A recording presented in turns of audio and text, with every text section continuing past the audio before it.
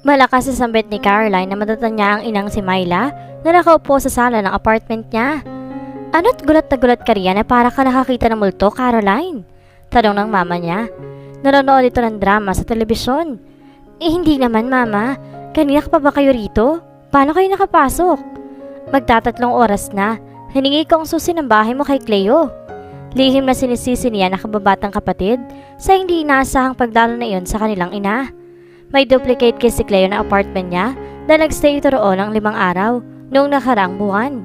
Malapit na raw kasi itong mawala sa katinoan dahil sa kanilang ina at gusto muna raw nitong lumayo sa bahay nila sa San Fernando, Pampanga, pansamantala. Nakalimutan ng kapatid niyang iwan ang duplicate key noong umalis ito. Hindi na niya pinagtakhan kung paano yun napakasamay ng kanyang ina. Basta't makasilip ng pagkakataon ng kanyang ina na buligligin siya, hindi ito pinaglalagpas niyon. Malamang ay hindi nito tinigilan ng kapatid niya hanggat hindi niyon binibigay ang gusto nito. That was so like her mother. Bakit ngayon ka lang umuwi, Caroline? Nag-overtime ako sa office. Sagot niya. Gutom na ako. Sinilip ko ang fridge mo, wala naman ako nakitang makakain. That's because you don't cook. Sa loob-loob niya. Marunong naman magluto ang kanyang ina. Hindi lang talaga nito ginagawa since may 3 itong anak na babae na para dito ay ticket nito sa masarap na buhay.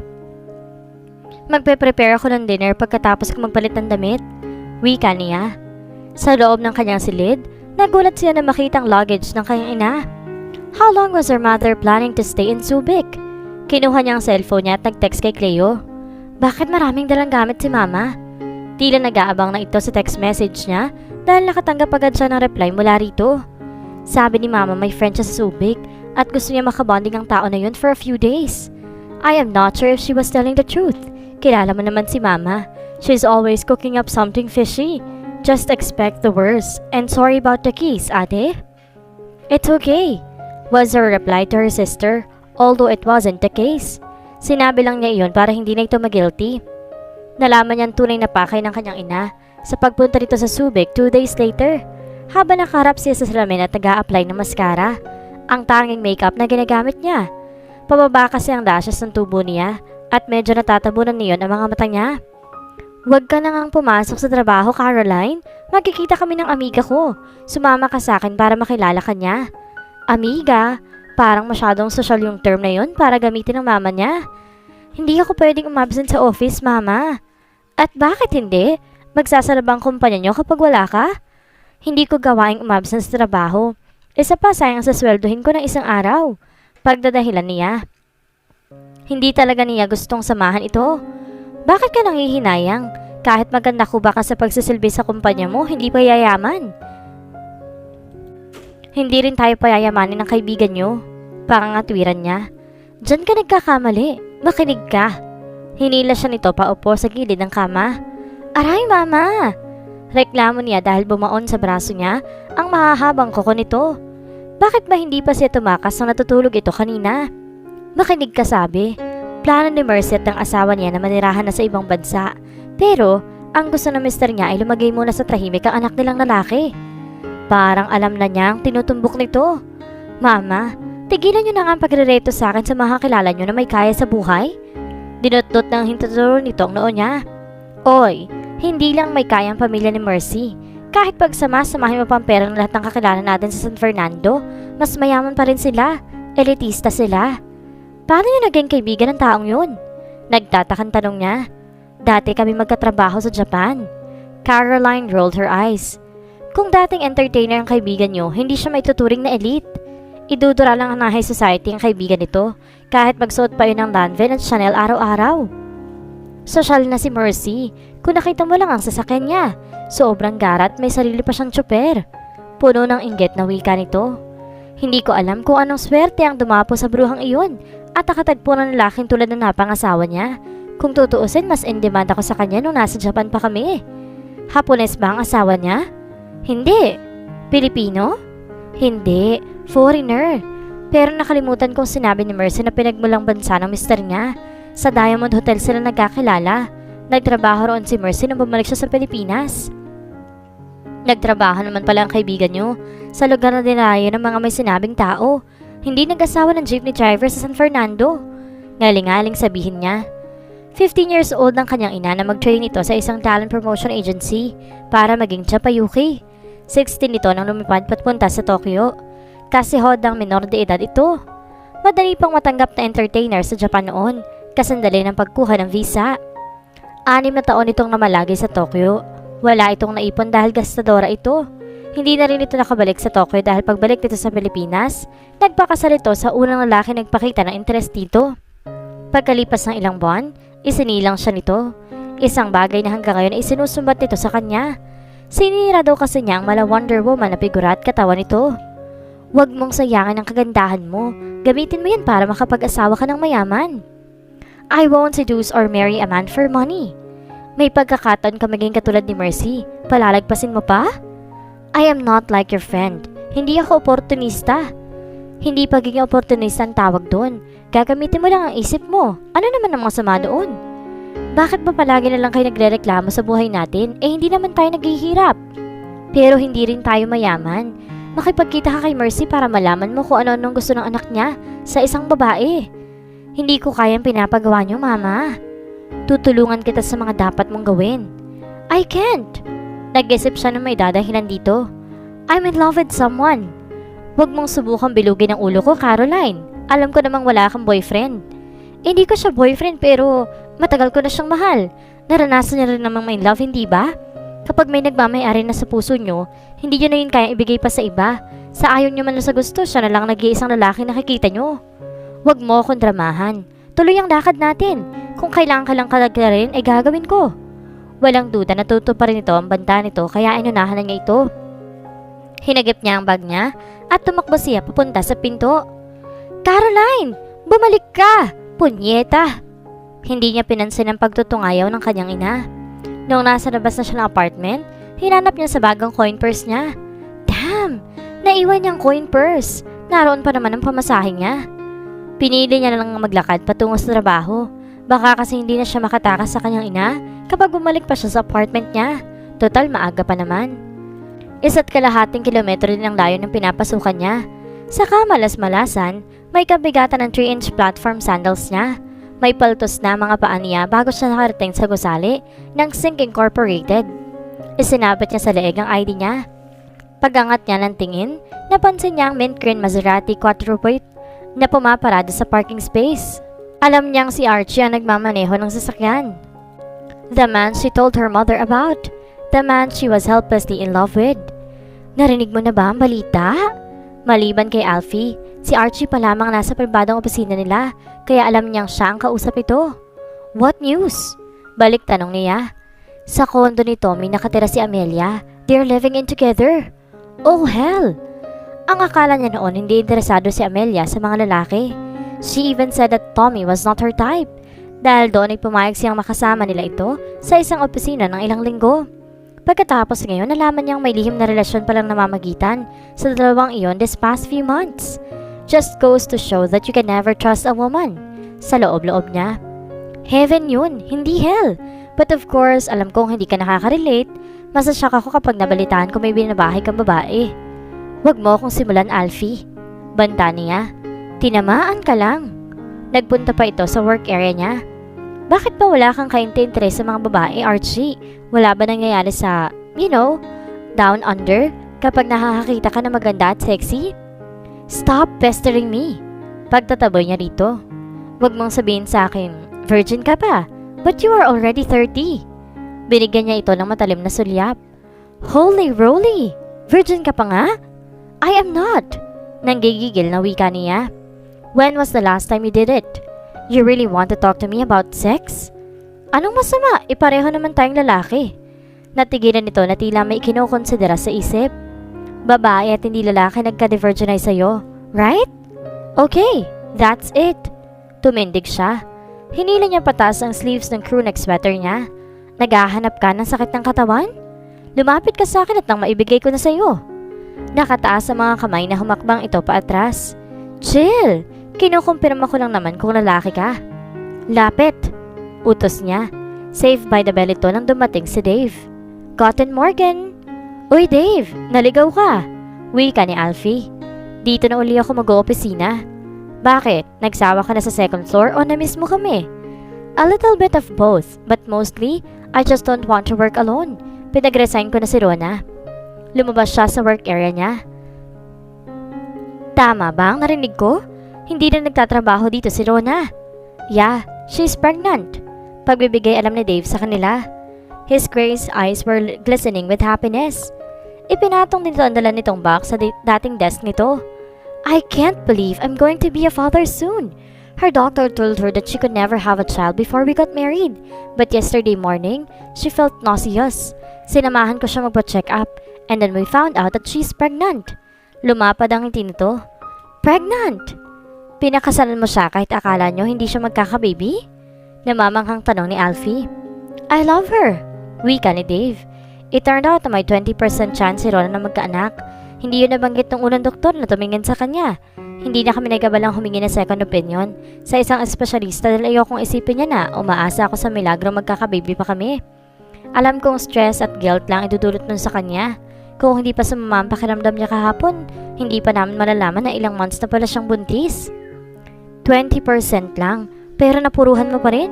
Iba ka talaga, Dave. Gawin mo ako ninong ng baby niyo, ha? Para may makakalaro ako. Wika ni Alfie. Bakit di ka na lang mag-asawa at gumawa na sarili mong baby? Tanong ni Dave. Bata pa ako. Wika ni Alfie. Tumingin si Dave sa kanya. Not in a million years. Wika niya sa kanya binilikan ng mga trabaho niya. Sumasakit ang mga paa ni Caroline, kaya umiika siya na magtungo sa copy room. Natigilan siya na makita niyang may ibang tao roon.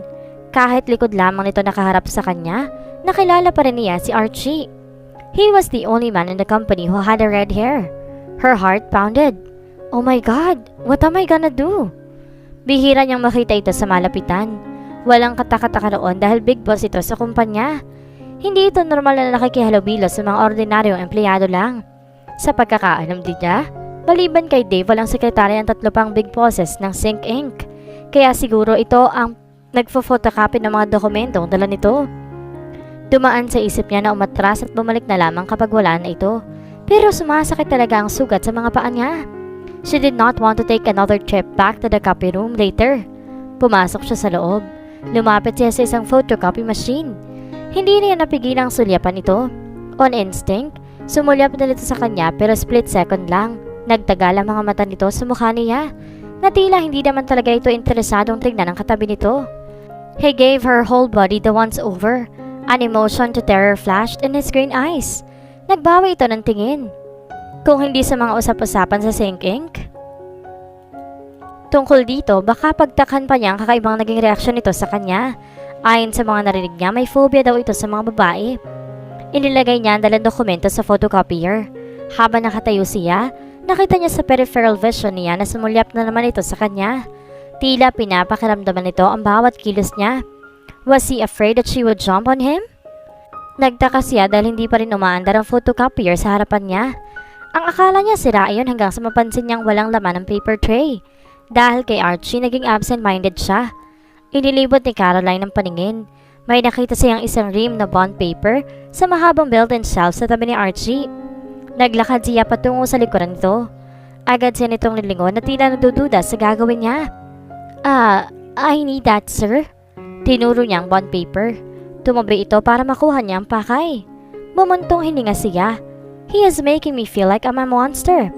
Inabot niya ang bond paper. Dahil pa rin siguro sa epekto ni Archie sa kanya, dumulas iyon sa kamay niya. Bumagsak iyon sa kaliwang paa niya at eksakto pa sa paltos niya. She felt a searing pain in her foot. Automatic kong hinila niya ang paa paalis sa mabigat na bond paper na nakadagan doon. Standing on one foot, she wobbled from side to side.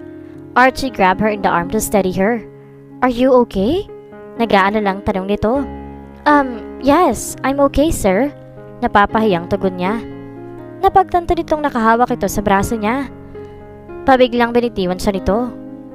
Binalikan nito ang ginagawa nito kanina na parang walang nangyari. Thank you, sir, she murmured, still feeling embarrassed. Bumalik siya sa harap ng isang photocopier. She thought Archie had completely forgotten about her until he grabbed her arm again. But this time, his touch was gentler. Ako ba ang gumawa nito? Tanong nito. Hindi niya alam kung anong tinutukoy nito kaya nagbaba na rin siya ng tingin sa braso niya. His thumb was suiting the faint bruise on her arm. Naalala niya ang paghila sa kanya ng kanyang ina kanina.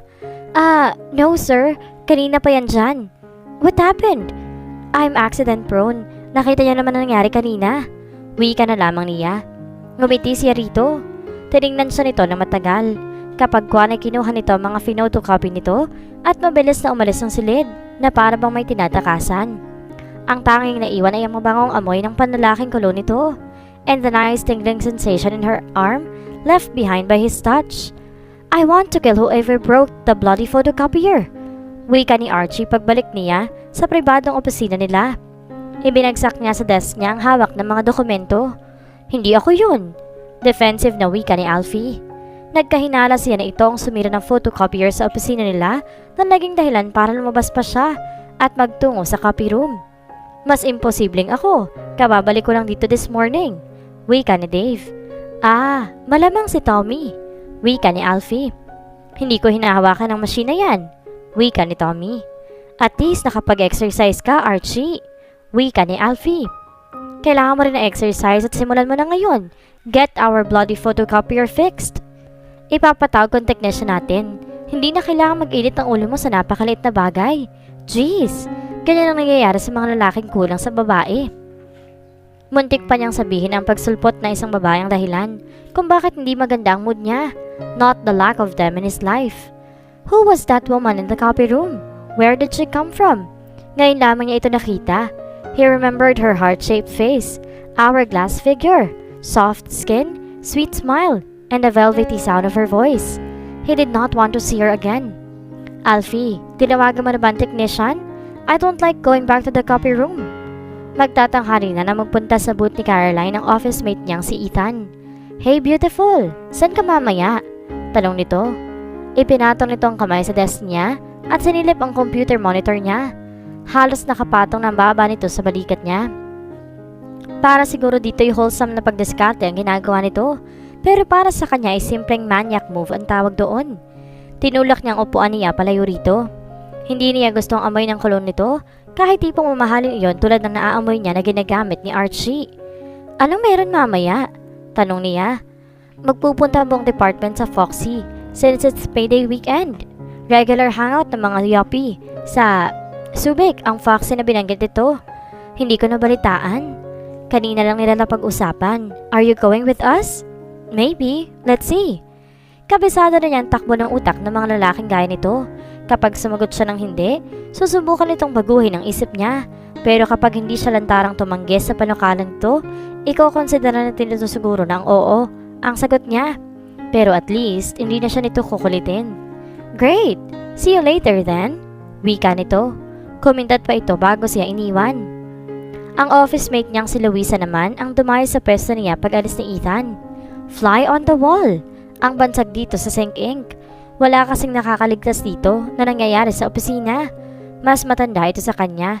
29 years old na ito. 27 naman siya. Anong kailangan sa'yo ng itlog na yun?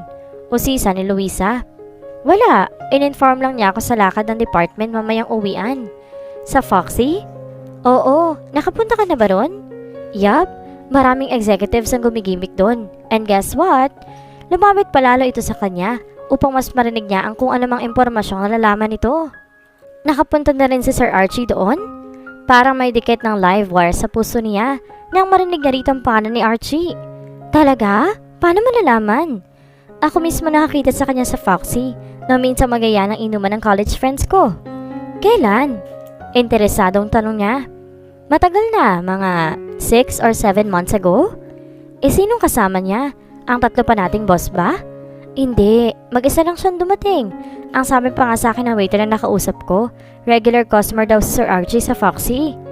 Tila may mga gusto pa itong i-chismis sa kanya, pero namataan ito ang supervisor nila na naglalakad sa hindi kalayuan. Nagpaalam ito sa kanya at dali-daling bumalik sa pwesto nito. Inalok si Caroline ni Ethan na isabay siya sa pagpunta sa Foxy, pero tinanggihan niya ito. Idinahilan niyang sasama siya sa office mates nilang pipila sa ATM booth malapit sa kanilang opisina. Kahit ang totoo, nakuha na niya ang sweldo niya bandang tanghali. Almost 7 o'clock na sila nakarating na mga kasama niya sa Foxy. 3 mesa pa lamang ang okupado. Nakapwesto sa isa sa mga yon ang mga office mate nilang nauna na nagtungo roon, kabilang sina Ethan at Louisa. Inoko pa nila ang mesa sa tabi ng mga ito. Hindi talaga siya mahilig gumimik tulad ng mga katrabaho niya. Pero naisip niya kanina na hindi naman masama kung mag-a-unwind siya paminsan-minsan. She was also not looking forward to going home and facing her mother again. Isipin pa lang niyang kukulitin na naman siya nito tungkol sa mga plano nito sa kanya ay napapagod na siya mentally. Pwede rin namang magbago ang isip niya dahil sa sinabi sa kanya ni Louisa. Maybe she was hoping to see Archie in the bar. Lumipas ang mga oras, jam-packed ang establishment. Sa upuan sa tabi niya nakaupo si Ethan at parang may tama na rin ang alak ang ilan sa mga kasamahan niya. Maglakas na kasing mag-usap at matagawanan ang mga ito. Tumingin si Ethan sa cocktail glass niya. Want another drink? Alok nito. Bago pa siya makasagot ay tinawag na nito ang waiter. Mukhang sadyang nilalasing siya nito. May binabalak yata. She sighed. Bakit pa sumama-sama pa siya sa mga office mate niya? As if naman hindi siya aware na maliit ang chance makikita niya roon si Archie. Isa pa, makita man niya ito, ano naman ang gagawin niya? Hindi siya maglalakas loob na lapitan to, no? Sa kabila na atraksyon niya rito, realistic pa rin siya. Hindi siya isa sa mga babaeng bulag na umaasang maaaring ma-in love ang isang mayamang boss sa isang ordinaryong empleyada lamang nito. Besides, he was not interested in women. Isang pag-aaksaya lang ng panahon na pangarapin na mapansin siya nito. Something bright and moving caught her eyes from a distance. Tumingin siya sa gawing kaliwa ng bar. Nandakay ang mga mata niya nang malaman na buhok ni Archie ang something na iyon. Naging instinctive na pala sa kanya na masense ang presensya nito kahit nasa malayo ito. Siguro dahil palagi niya itong hinahanap ng tingin kapag nasa kumpanya sila. Lumapit ito sa bar. Agad itong binigyan ng drink ng bartender. Suot pa rin ito ang white crewneck sweater at black trousers na nakita niya kaninang OT ito sa opisina. He liked black and white. Ang dalawang kulay lamang na iyon ang palaging sinusuot ito sa opisina. Baka ang pakiramdam nito ay masyado na itong makulay dahil sa mga mata at buhok nito. Kinakausap si Ethan ng ilan nitong office mate kaya hindi nito napapansin na sa iba nakatuon ang buong atensyon niya. Nakita niyang hindi pa nauubos ni Archie ang iniinom nito nang lapitan nito na isang status na babae. Mukha itong modelo. The woman tried to start a conversation but Archie ignored her. Ikinatawa niyang pandidedman nito sa babae kahit inaasahan na niyang gagawin ito iyon. Naiinis na umalis ang babae pero hindi pa nagtatagal. Isang babaeng nakasuot ng tube dress naman ang lumapit kay Archie. Halos nakaluwa ng mayamang dibdib nito. Naka-expose din ang mabilog na legs nito. She was almost sure that Archie would be repulsed at the sight of this strip woman. Pero nagulat siya nang umirap ito sa babae at kinausap iyon. He even smiled at her. Smiled? Noon pa lang niya ito nakitang ngumiti. Wala sa oras na naubos niya ang natitirang laman ng cocktail drink niya. Gustuhin man niya, hindi niya maalis-alis ang kanyang tingin kay Archie at sa babaeng kausap nito. She blinked when she saw him put his hand on the woman's knee. Lalo naman dumikit dito ang malanding babae at ang sumunod niyang namalayan ay naghahalikan ng mga ito. Hindi na niya kinayang nasasaksihan. Pabiglang tumayo siya. Napatingin sa kanya mga kasama niya sa mesa. I'll just go to the ladies' room. Napapahiyang wika niya. Nagmamadaling tinaluntod niya ang daan patungo sa restroom. Kahit ang gusto talaga niyang gawin ng mga sandaling iyon ay puntahan at paghiwalayan si Archie at ang babaeng kahalikan nito. Pagkarating niya sa restroom, pumasok siya sa isang stall. What is he doing? Tanong niya sa sarili. Ang akala ba niya ay takot si Archie sa mga babae? Bakit sa nakita niya ay parang wala man lang itong problema sa pakikipag-flirt sa babae sa bar? Hell! He was doing more than flirt. He was. May nagtulak ng malakas sa pinto ng restroom. Pagkatapos ay ang pagbukas at pagsara ng pinto ng stall, sa tabi niya naman, ang sumunod niyang narinig. Base sa mga kaluskos, natitiyak niyang hindi lamang isang taong pumasok doon. Are you going to tell me your name? Narinig niyang tanong ng isang babae. It's not important, sabi ng isang lalaki. Natutup niya ang bibig. It was unmistakably Archie's voice. If you don't want to tell me, it's fine with me, sabi ng babae. I'd rather meet. May narinig siyang tunog na ibinababang zipper. Him. Hold on a sec. Hurry up. Gumalaw ang dibisyon ng dalawang stall. Maya-maya pa'y parang magigiba na iyon.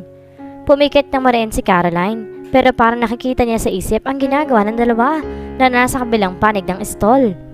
Nakadagdag din sa uneasiness niya ang bigay todong pagsigaw ng babae. Shit, anong gagawin ko? Hindi siya makapagpasya kung lalabas ba siya o hindi. Kapag binuksan kasi niya ang pinto sa kinaroroonan niya, malalaman na ba nga ito na may kasama mga ito sa restroom? Patapusin lang kaya niya mga to? Sa bandang huli, nanaig pa rin ang kagustuhan niyang makaalis doon. Binuksan niya ang pinto ng stall at kulang na lamang ay lumipad siya palabas. Hindi na rin siya nagtagal sa club. Nagpaalam siya sa mga kasama na uuwi na siya dahil baka malaman pa ni Archie na nandun siya kapag nagtagal pa siya. Nagmumog si Archie sa lababo upang mawala ang mapait na lasa sa kanyang bibig. Hindi siya nalasing sa Foxy na nagdaang gabi dahil 2 scotch on the rocks lang naman ang na-order niya. Pero pagka-uwi niya, inubos niya ang laman ng bote na red wine na nakuha niya sa minibar. Now, he had a mild case of hangover. Kasalanan niya ng babae sa coffee room. Their encounter was brief, but she managed to ruin the rest of his day. Every minute or so, he would stop from walking and think of her. It annoyed him every time she would pop up in his mind. He also felt a strong pull of lust and something else he could not name. At kapag nakakaramdam siya ng una, ang karaniwang solusyon niya ay naroon ng pagpunta sa mga club. So he went to Foxy and picked up a woman who resembled the woman from the copy room. Well, at least, sa pangangatawan ay may pagkakatulad ang mga to, kung hindi man sa mukha. Pero hindi na mahalaga pa sa kanyang detaling iyon. Ang agenda lang niya ay masatisfy ang sexual frustration niya. Pero nang matapos ang lahat, wala pa rin siyang satisfaction na nakuha. Worse, he went home angry with himself. Noon lamang siya nawalan ng kontrol sa kanyang sarili. He acted like a pervert. He had done it in a public restroom. Ang pinaka hindi niya matanggap ay hinayaan niya mangyari iyon sa kanya nang dahil sa isang babae. Pinihit niya ng malakas pasara ang gripo. Tiniyo niya ng paper towel ang bibig at mga kamay niya. Pagkatapos ay binuksan niya ang medicine cabinet. Binasa niya ang label ng mga gamot na naroon. What are you looking for, Archie? Bloody hell! Wika niya sa isip na makita niya si Mercy na pumasok sa kitchen. Dealing with her was the last thing he needed. His morning was already bad as it was. I got it. Don't mind me. Tumalikod siya rito at binilisan ang paghahanap ng gamot sa hangover. Anong gamot ba ang kailangan mo? Humakbang ito palapit sa kinatatayuan niya. Mabilis na lumayo siya rito. Mercy had been married to his father for more than 20 years, but he still couldn't stand getting close to her. I said I got it. Ipinakita niya rito ang hawak niyang blister pack. May diarrhea ka? What? Binasa uli niya ang label ng gamot. Ibinato niya iyon sa kitchen countertop. Never mind. Kumuha na lamang siya ng tasa at nalagyan iyon ng hot water. Hinanap niya ang lalagyan ng tea bag pero hindi niya kabisado ang kinaroonan ng mga gamit sa kusinang iyon. 9 years kasi siyang hindi tumira doon. Last week lang siya bumalik. Napatingin siya sa tea bag na pinatong ni Mercy sa countertop. Kinuha niya iyon ngunit hindi nagabalang pasalamatan ito. Renzo is in the dining room. Why don't you join us for breakfast? I don't have time to eat breakfast. Matutuwa si Renzo kung you're with him. Matutuwa siya. Sabayan ko man kayo o hindi. May bahid ng sarkasmo na wika niya. Alright, I'll tell Renzo na nagmamadali ka. Kumuha ito ng honey sa refrigerator bago ito lumabas ng kusina. Ininom niya ang ginawa niyang tsaa. Nang maubos iyon, naganda siya sa pagpasok sa opisina. Sa pagkagimbal niya, ang babaeng nakaengkwentro niya sa copy room ang unang tumambad sa kanya. Pagpasok niya sa gusali ng sink ink. Mukhang kadarating lamang din ito. Paakyat ito sa hagdan. Tumalikod siya. Halatang nagtataka ang gwardya kung bakit di na siya nakaalis sa kinatatayuan niya. Splendid! I'm acting like a complete idiot in my own company. Pumihit uli siya. He walked towards the stairs. He glanced at the woman ahead of him. Peasant blouse, bulaklaking skirt at thread sandals ang kasuotan nito. Hanggang bewang ang layered na buhok nito. Everything about her was very feminine. Malapit na ito sa landing na second floor nang mahubad ng paa nito ang isa sa suot nitong sandals. She turned around to retrieve her footwear. Archie stiffened. Her eyes widened when she saw him. Her cheeks turned beet red. Tila gusto nitong tumakbo maski hindi pa nito nadadampot ang kapares ng sandals ito. Pero hindi naman ito makakilos. Siya na ang nagkusang pumutol ng awkwardness sa pagitan nila. Tumabi siya sa kabilang gilid ng hagdan at mabilis na nilagpasan ito. Kulang na lamang ilumipad siya paakyat sa third floor. Huminga siya ng malakas pagpasok niya sa pribadong opisina nila. Okay ka lang, Archie? Tanong ni Tommy. No, I'm not. Tugon niya. Nagtungo siya sa work area niya. Hindi mo na ako naabutang may kasamang babae dito sa opisina natin. Kaya dapat ay maganda na palagi ang umaga mo. Biro ni Tommy. It's not you. It's that bloody woman. Who? No one. Bakit ba kailangan niya makainkwentro ng dalawang magkasunod na araw ang babaeng yun? Siguro ay magandang patalsikin na ito sa kumpanya para matiyak niyang hindi na magsasangga pa ang mga landas nila. Wala nga lang siya maisip na sapat na dahilan para mapalis ito. Hindi tatanggapin ng Department of Labor kung gagamitin niyang grounds for termination ang clumsiness nito. How about incessantly unnerving the boss? Naalala niyang itsura nito kanina. May nag-sink in sa kanya. Hindi lamang siyang hindi komportable na magkita sila. Sa katunayan, parang mas apektado pa nga ito kaysa sa kanya. Parang gusto na nga nitong matunaw o maiyak sa kinatatayuan habang nakatingin siya rito. Napapaisip na napaupo siya. What was wrong with her? Did she think he would snap at her, hurt her, or something? It was no secret to him that he had a reputation for being a woman hater in the company, and God only knew what else. Maybe their encounter in the copy room convinced her that he was not normal and potentially a dangerous person. Maging siya'y aminadong kahit sino makakita sa inaakto niya sa copy room, mag-iisip na may saltik siya sa utak. Naihilamos niya mga kamay sa kanyang mukha. Wala siyang pakialam kung pag-usapan o pangilagan man siya ng mga empleyada sa Sink Inc. But he didn't know why it bothered him that the copy room lady was scared of him. Sumagi sa isip ni Caroline na pinagkakatuwaan siya ng tadhana. After last night, guess she did not want to see her face to face. Si Archie. Pero kung kailan niya ma-appreciate na hindi ito makasalubong, saka naman ito sumulpot sa harap niya. He still looked hot, of course. Pero hindi na yata niya ito matitignan ng diretsyo sa mga mata nang hindi niya maalala ang ginawa nito at ng babae sa club. She even dreamed of that. Ang kaibahan nga lang ng pangyayaring iyon sa panaginip niya, siya ang lumapit dito. Ang mga labi niyang hinahaga nito at ang katawan niya ang kinakabisado ng mga kamay nito. Pagsapit ng lunch, kumuha lamang siya ng kape sa pantry. Parang hindi tatanggap ng pagkain ng sikmura niya. Bakit umuwi ka ng maaga kagabi? Usisa ni Luisa. Paglapit ito sa pwesto niya. Parang rabbit nang umangata ito ng carrot stick. Ang isa pang kamay nito ay may hawak na soy milk. Hindi ako sanay sa mga club. Naiingayin ako. Yan lang ba ang kakainin mo? Mas masustansya naman ng mga to kaysa dyan. Iminisyon nito ang styrofoam cup sa desk niya. Is that your lunch? I'm not hungry. Tila wala naman pakialam ito kung bigyan niya ng ulcer ang kanyang sarili. Ang goal lamang nito ay makipagchismisan ulit sa kanya. Nakita namin si Sir Archie sa Foxy kagabi. Nauna ako sa inyo na makita siya. Sa loob-loob niya. Talaga? Patay mali siyang tanong niya at humigop ng kape. Kaso paalis na siya nang makita namin siya. May kasama ba siya nung umalis siya? Wala. Pero may humahabol sa kanyang girl na makita namin siya. Nag-joke pa nga si Jessica na mukhang bold star daw yung girl. Hindi naman siya pinansin ni Sir Archie. Nang umalis siya ng Foxy, inisip niya kung ano pa ang ginawa ni Archie at ang babaeng mukhang bold star ayon kay Luisa. Naisip niya na baka isinama ni Archie ang babaeng yun sa bahay nito o baka nag-dinner ang mga ito sa isang restaurant at pagkatapos nagpunta sa hotel at magdamag na nag-iig. She was glad that she was wrong. Baka hindi lang type ni Sir Archie yung girl. Ang sabi kasi na waiter na nakilala ko sa Foxy, ilang beses nang umaalis si Sir Archie doon na may kasamang babae. Natigilan si Caroline sa pag-inom ng kape. Hindi niya nagustuhan ang huling narinig. Nagulat ka ba? Ako rin eh. Hindi ako makapaniwala nung una. Sa pagkakaalam ko kasi, galit sa mga babae sa Sir Archie. Galit? I thought takot siya sa babae, hindi galit. Yun ang usap-usapan dito nung una. Iniiwasan kasi ni Sir Archie ang mga female employee na nagpapa-charming sa kanya. Nagkaroon na impression ng mga tao rito na takot siya sa mga babae. Imbes na maging dahilan yun para ma-discourage ang mga babae sa kanya, nakuitan pa nga sila sa pag-iwas sa kanila ng Sir Archie. Alam mo na, some girls like challenging guys.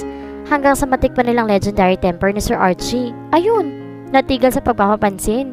Nakakatakot kaya mga mata ni Sir. Feeling ko magiging bato ko kapag tinitigan niya ako eh. Sa interpretasyon ni Caroline, ay parang napuno lamang si Archie ng mga nagpapapansin dito at unfair na ipagsabi ng mga babaeng iyon na woman hater ito. O siguro nagiging bias lamang siya dahil sa espesyal na pagtingin niya rito, kaya ipinagtatanggol niya ito.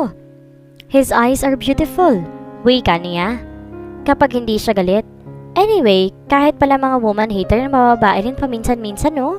Kung sa bagay, may mga needs pa rin naman sila. Curious lang ako, sinasaktan kaya ni Sir Archie ang mga babae sa kama? Sadista ang gumagawa nun, di ba? Wala sa itsura ni Sir Archie na nananakit siya ng babae. Naalala niya ang concern sa deep set ng mga mata ni Archie na makita nito ang pasa sa braso niya. Ganun ba ang sadista? Parang hirap ding isipin na galit ito sa mga babae kung ang pagbabasihan pa rin ay yung pag-aalalang ipinapakita nito sa kanya.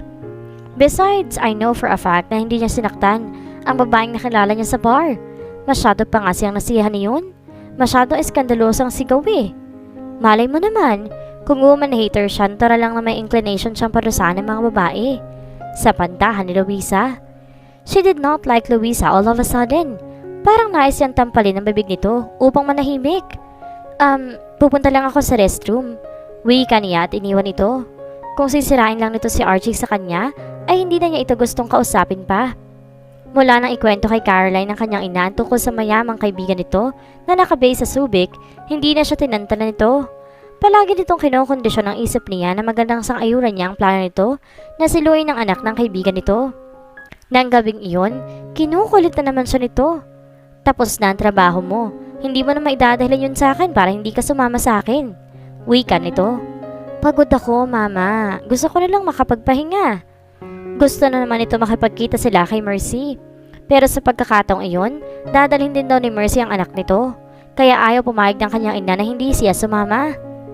Marami kang panahon na magpahinga kapag dedo ka na. Habang buhay ka pa, gamitin mo sa makatuturang bagay ang oras mo. Maghanap ka ng lalaking bibigyan ka ng pang shopping araw-araw. Hala, maligo ka uli. Pagkatapos ay mag-makeup ka. 8:00 ang usapan namin ni Mercy. 6:30 na. Pinagtulakan siya nito patungo sa banyo. Ayoko sabi, mama. Sumunod ka na lang sa akin. Kapag nagmatigas ka, hindi ko pag-e-enroll si Cleo sa susunod na semester. Wawaldasin ko pang tuition niya. Mama!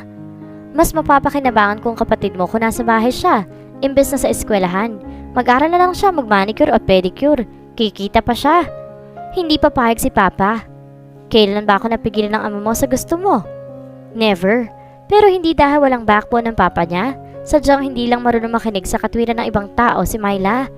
Matagal nang sumuko ang kanyang ama na subukang putulin ang sungay ng kanyang ina. It seemed that he had already accepted the fact that he married a shrew and that he deserved to be miserable for all its life as its consequence. Napilitan siyang kunin ng towel na nakasabit sa pinto ng cabinet. Wala siyang pagpipilian kundi pagbigyan ng kanyang ina. Hindi niya pwedeng isugal ang pag-aaral ni Cleo. Iniisip lang niya na kahit pumayag siyang si mama sa kanyang ina, hindi yun nangangahulugan na magpapatiano din siya sa plano nitong akitin niya ang anak ni Mercy upang pakasalan siya. Besides, what were the chances that that guy would like her? Galing ito sa mayamang pamilya. Maghahanap ito ng kauri nito. Paglabas ni Caroline ng banyo, iniabot sa kanya ng kanyang ina ang isang pink halter blouse at maiksing denim skirt na malamang ay sa Tiangge nito binili. Ito ang isuot mo. Tinanggap na lamang niya mga gamit at sinuot ang mga iyon. Maanong isipin ng anak ni Mercy na wala siyang kaklas-klas. Sigurado matuturn off na agad ito pagkakita sa kanya. Nais nang matunaw ni Caroline sa kahihiyan. Wala siyang kamalay-malay kanina na nasa isang mamahaling restaurant pala na pagkasundo ang pagkita ni Mercy at ng kanyang ina. Pagdating nilang mag-ina sa restaurant, hindi sila pinayagang pumasok ng security guard. Ikinatawa pa niya iyon nung una, dahil ang akala niya makakaligtas na siya sa mga plano ng mama niya. Ang kaso, sa halip na makinig, ay mas pinili nitong awayan ng security guard. Mama, umalis na lang tayo. Bulong niya. Ah, hindi. Nandito na tayo, bakit tayo aalis? Ibabalik ba nila ang pamasahe natin? May dress code nga po kaming sinusunod dito, ma'am. Wika ng security guard na mukhang kagalang-galang sa suot nitong barong Tagalog. Mas mukha pa itong propesor. Mas nahiya tuloy siya sa pag-asta ng kanyang ina na parang palengkera. Wala akong pakialam sa dress code na yan ha. Mga customer kami. Isang babae na nagpakilalang assistant manager ang namagitan sa kanila. Ipinaliwanag ito sa mama niya ang patakaran ng restaurant pero tinarayan lamang din ito ng kanyang ina. Ma'am, kapag hindi po kayo kusang umalis, mapipilitan po kaming tumawag sa police station. Huwag mo akong takutin, babae. Hindi mo kilala kung sinong mga kaibigan ko. Mama, tama na. Wika niya. I'm very sorry. Hinging pa umanhin niya sa assistant manager at sa security guard. Makikita ng mga taong to. Pagdating ni Mercy, sasabihin ko sa kanya na bilhin ang restaurant na to at pagtatanggal ng mga lintik na to sa trabaho nila. Baka hindi nila nalaman, may impluwensya ang mga Williams sa Sambales. Tila naman rumihistro sa assistant manager ang apelidong binanggit ng mama niya. Kasama kayo ni na Mr. and Mrs. Williams? Tanong nito sa kanya. Magkikita-kita kami dito. Tugon niya. Nasa loob na marahil si Mercy at ang anak nito. Let me just check on that for a moment. Pumasok ang assistant manager sa restaurant para marahil kumpirmahin kung kilala nga sila ni Mercy. Maya-maya nakita niya may kinausap itong staff na mukhang head waiter sa loob at itinuro sila. I'll take you to the Williams, ma'am. Magalang na wika ng head waiter. Parang pinipigilan lamang itong tingnan ng mga damit nila na malayong-malayo sa kasuotan ng mga may sinabing taong pumapasok doon. Her mother looked triumphant. Papapasukin niyo rin pala kami. Pinatagal niyo pa. Wika nito sa security guard. Mama, enough! Bulong niya. Umiling lamang ang security guard sa mama niya, pero sa kanya ay ngumiti. Sorry again. Wika niya rito bago siya sumunod sa kanyang ina at sa head waiter. Narelieve si Caroline na masyadong abala sa dinner at kumpanya niya mga ito ang mga patrons ng restaurant upang uriin o pagtuunan pa sila ng pansin. Kung may napapasulyap man sa kanila, iilan lamang iyon, and mostly they were just executive-looking men who ogled at her cleavage and legs. Mercy! Sigaw ng mama niya. Tumakbo ito sa mesang kinaroroonan ng isang babae at lalaki na parehong tumayo pagkakita sa kanyang ina. Nagpaalam ng head waiter sa kanya na masense itong hindi na nila kailangan ang assistance nito. Bineso ng mama niya si Mercy. Hindi ko alam na nandito ka pala sa loob, amiga. We arrived 40 minutes ago. Wika ni Mercy. Malayo si Mercy sa inaasahan niya na mukhang social climber pero hindi ito mukhang trying hard. Hindi namumutik-tik sa pangalan ng sikat na fashion designer sa mga kasuotan at jewelry nito. She was wearing a simple jersey dress and classic pumps. Halata ring wala ito ipinaayos sa mukha tulad ng ibang mayayamang babae na suki ng mga cosmetic doctors. Bumaling ang kanyang ina sa lalaking kasama ng kaibigan nito. Ito ba si my husband, Renzo? Wika ni Mercy. Oh, hello! Wika ng kanyang ina.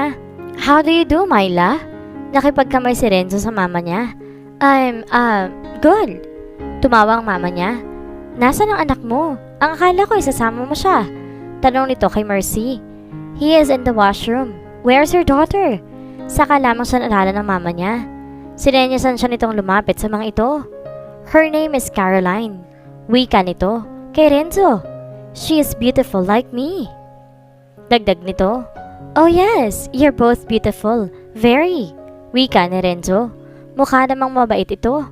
Niyaya sila ng mag-asawang Williams na umupo. I heard that there was a small commotion outside a while ago. Do you know what happened? Tanong ni Mercy. Obviously, ang eksenang nilikha ng kanyang ina sa entrance ng restaurant at titukoy nito. Wala. May konting banggaan lang yata. Pagsasinungaling ng kanyang ina. Hindi ko alam na isasama mo pala ang asawa mo. Actually, it was Renzo who planned his family dinner. Tinanong ko siya kung okay lang na imbitahan ko kayo. My wife mentioned that you have a daughter who my son might be interested to meet. We've been hoping to see him settle down for years. Pinagdaop ng mama niya mga kamay nito. Naku, may palagay ako na magugustuhan nilang isa't isa. I can't think of a man who would be able to resist a beautiful young woman like Caroline. Wika ni Renzo na tila gustong maatis siya. Napansin siguro nito na napakatahimik niya. Nag-aatubiling nito ni Caroline. Sa isip niya ay pinaghahalo na niya ang features ito at ni Mercy para magka-ideya siya kung ano itsura ng anak ng mga ito. Renzo was tall and lean. Dirty blonde ang buhok nito. Close set ang hazel eyes. Parang tuka ng ibon ng ilong at manipis ang mga labi. He was not bad looking pero hindi rin masasabing gwapo. Si Mercy, petite. Average lang ang ganda nito pero maaliwalas ang bakas sa mukha. Na-realize yung contentment sa buhay nagbibigay rito na magandang aura na iyon. Kahit anong stretch niya sa kanyang imahinasyon, hindi pa rin siya makabuo na imahe ng produkto ng pinaghalong jeans na mga ito. Siguro dahil hindi talaga siya interesado sa anak ng mga to. Kung pwede lamang sana, iwag na niyang mamit yun. May dumating na mga waiter. Tila may instruction sa mga ito na iserve ang mga pagkain kapag dumating na sila ng mama niya. Dahil pa rin sa mga waiter kaya hindi niya agad napansin ang paglapit ng isang lalaki sa mesa nila. "Excuse me," wika nito sa isang waiter na hinaharangan ng upuan nito. Gulat na napatingin siya rito dahil pamilyar ang boses ito. Nanlaki ang kanyang mga mata. Si Archie kasi ang lalaking umupo sa bakanting upuan. Ito ang anak ni na Mercy at Renzo? No way! Umaasa siyang namamalikmata lamang siya, pero kahit anong titig niya rito, hindi pa rin nagbabago ang anyo nito. He still looked like Archie. Renzo even called him Archie. "Archie, these are your mother's friends." "Oh no, don't look at me. Let me die first. Lord, please, take my life now." Hindi pinakinggan ng langit ang panalangin niya, pero natupad naman ang unang hiniling niya. Archie did not bother to glance at her direction. He snorted as if he was annoyed about something that his father said. Dumampot ito ng tinidor at steak knife. Hiniwan ito ang tenderloin sa pinggan ito nang hindi pa rin sila pinag-aaksehan ng panahong tignan. May palagay siyang napilitan lamang itong sumama sa dinner na iyon, that he would rather be somewhere else. "Umorder na kami ni Renzo para sa inyo. We hope you'd like the food we chose for you," wika ni Mercy upang pagtakpan ang hindi pagpansin ni Archie sa ama nito at sa kanila ng kanyang ina. Pagkakataon ko na itong tumakas habang hindi pa siya tumitingin sa akin. Pero tila na sense ng kanyang ina ang binabalak niya. Hinawakan siya nito na mahigpit sa braso. "Anong gagawin mo, Caroline?" Sumenya siya rito dahil ayaw niyang magsalita. Baka kasi mabosesan siya ni Archie kahit parang medyo imposible yun dahil sandali lang naman sila nag-ausap sa coffee room. "Maybe she wants to go to the washroom," wika ni Renzo. "Mamaya na, hindi pa nga tayo nagtatagal dito at di pa rin kayo nagkakakilala ni Archie," sabi ng kanyang ina. Ibinaling nito ang atensyon kay Archie. "Archie, iho, how are you?" Malambing na tanong nito sa boss niya. Tumigil sa pagsubo si Archie. He looked up at her mother with a lack of interest in his eyes. Pigil-pigil niyang hininga na lumapit ang mga mata nito sa kanya. Nahulog ang steak at tinidor nito. Ganyan talaga reaksyon ng mga lalaki na nakakakita sa amin ng anak ko. Tumatawang wika ng kanyang ina. Tila hindi pa rin makapaniwala nakatingin si Archie sa kanya. Caroline could tell that he was also hoping that she was only a pigment of his imagination. Ilang beses itong kumurap. "My son is 30 years old now. How about you, Caroline? How old are you?" Tanong ni Renzo. 27. Yumuko siya sa pagkaing nasa harap niya. "Bakit ba ilang beses na akong pinaglalaroan ng tadhana this week? Nabanggit sa akin ni Myla na nagtatrabaho ka sa isang company dito sa Subic," wika ni Mercy. Dinampot ni Archie ang water goblet at nilagok ang laman niyon. Yes," wika niya at hindi na nag-elaborate tungkol sa kumpanyang pinapasukan niya. Mas magiging awkward ang sitwasyon nila ni Archie kapag pinaalam niya sa mga kasama nila na boss niya ito. Isa pa mukhang tila mas gusto nito magkunwari na hindi sila magkakilala. Although technically hindi pa talaga sila more formal na magkakilala bago ang gabing iyon. Pagkatapos ay kapansin-pansin ang biglang pag-shift ito ng topic sa mga pagkain ng restaurant. Bakit kaya? Alam ba nito ang dating trabaho ni Mercy sa Japan at hindi nito gusto mapag-usapan iyon habang kumakain sila? Sinulyapan niya si Archie. He was looking down at her revealing top. Naisa naman niyang maglaho sa kinauupuan nang maalalang na pagkamalan siyang babaeng mababa ang lipad sa suot niya. "Bakit naman isa lamang ang anak ninyo, amiga? Kung kasing gwapo ni Archie ang anak niyo, abay hindi ba dapat kayo magatubiling magparami ng lahi?" Komento ng mama niya. "My wife has a baby to take care of year after year." "Me?" Biro ni Renzo. "Oh Renzo, you're being silly again," wika ni Mercy at pinisil ang braso ng asawa. Magaling na pala siyang umintindi ng Tagalog, na tila na-impress naman ang wika ng mama niya. "Yes, the both of them." Tumingin si Mercy sa mag-ama. "Almost 25 years na kaming naninirahan dito." "Taga saan nga uli ang asawa mo?" "Wales, England." Nagkomento si Renzo sa interior ng restaurant. Although very subtle ang pag-interrupt nito, nagkaroon siya na impresyon na hindi dito gusto mapag-usapan ang dating buhay nito sa England. Sinulyapan ulit niya si Archie. Parang masyado ito nadidistract sa damit niya dahil nakatingin pa rin ito doon. Maya-maya hinubad nito ang dinner jacket nito. "You must be cold. Wear this," wika nito sa kanya. Thanks," wika niya nang tanggapin nito iyon. "Napaka-gentleman naman ang anak ninyo," natutuwang wika ng kanyang ina. Hindi lang niya gusto makakita ng cleavage sa mga babae. He doesn't like to see any part of a woman at all. Ngaling-aling sabihin niya sa mama niya. Sa palagay ko, type ka ng anak ni Mercy. I don't think so. Hindi niya ako kinausap na nagde-dinner tayo. Wika ni Caroline sa mama niya nang pauwi na sila. May mga lalaki talagang hindi pala salita. Sa mga mata nila mo makikita kung gusto nilang isang babae o hindi. Base sa paraan ng pagtingin niya sa'yo kanina, kitang-kita ko na interesado siya sa'yo. Mama, tumigil nga kayo sa wishful thinking nyo. Saway niya rito. Hindi ako gusto ni Archie. Pinahiram niya nga sa yung jacket niya para hindi ka lamigin. Hinawakan niya ang jacket ni Archie na suot-suot pa rin niya. Nakalimutan niya isauli yun sa lalaki bago sila magkahiwalay. Nung magpaalam kasi sila sa mga Williams, ang nasa isip lamang niya ay makaalis na kaagad. Nalalaswaan siya sa suot ko dahil klaseng restaurant ang pinanggalingan natin. Nahihiya siguro siyang makita ng mga taong kasama niya tayo sa isang table. Bakit ba napaka-negatibo mo? Para matauhan kayo na walang patutunguhan yung pinaplano nyo, hindi magkakagusto sa akin anak ni Mercy. Halatang naiintriga na sa pinag-uusapan nila ang tsuper ng taxi na kinalulanan nila. Paray kasi ang sulyap niyan sa kanila sa rearview mirror. Boto sila ni Renzo sa'yo.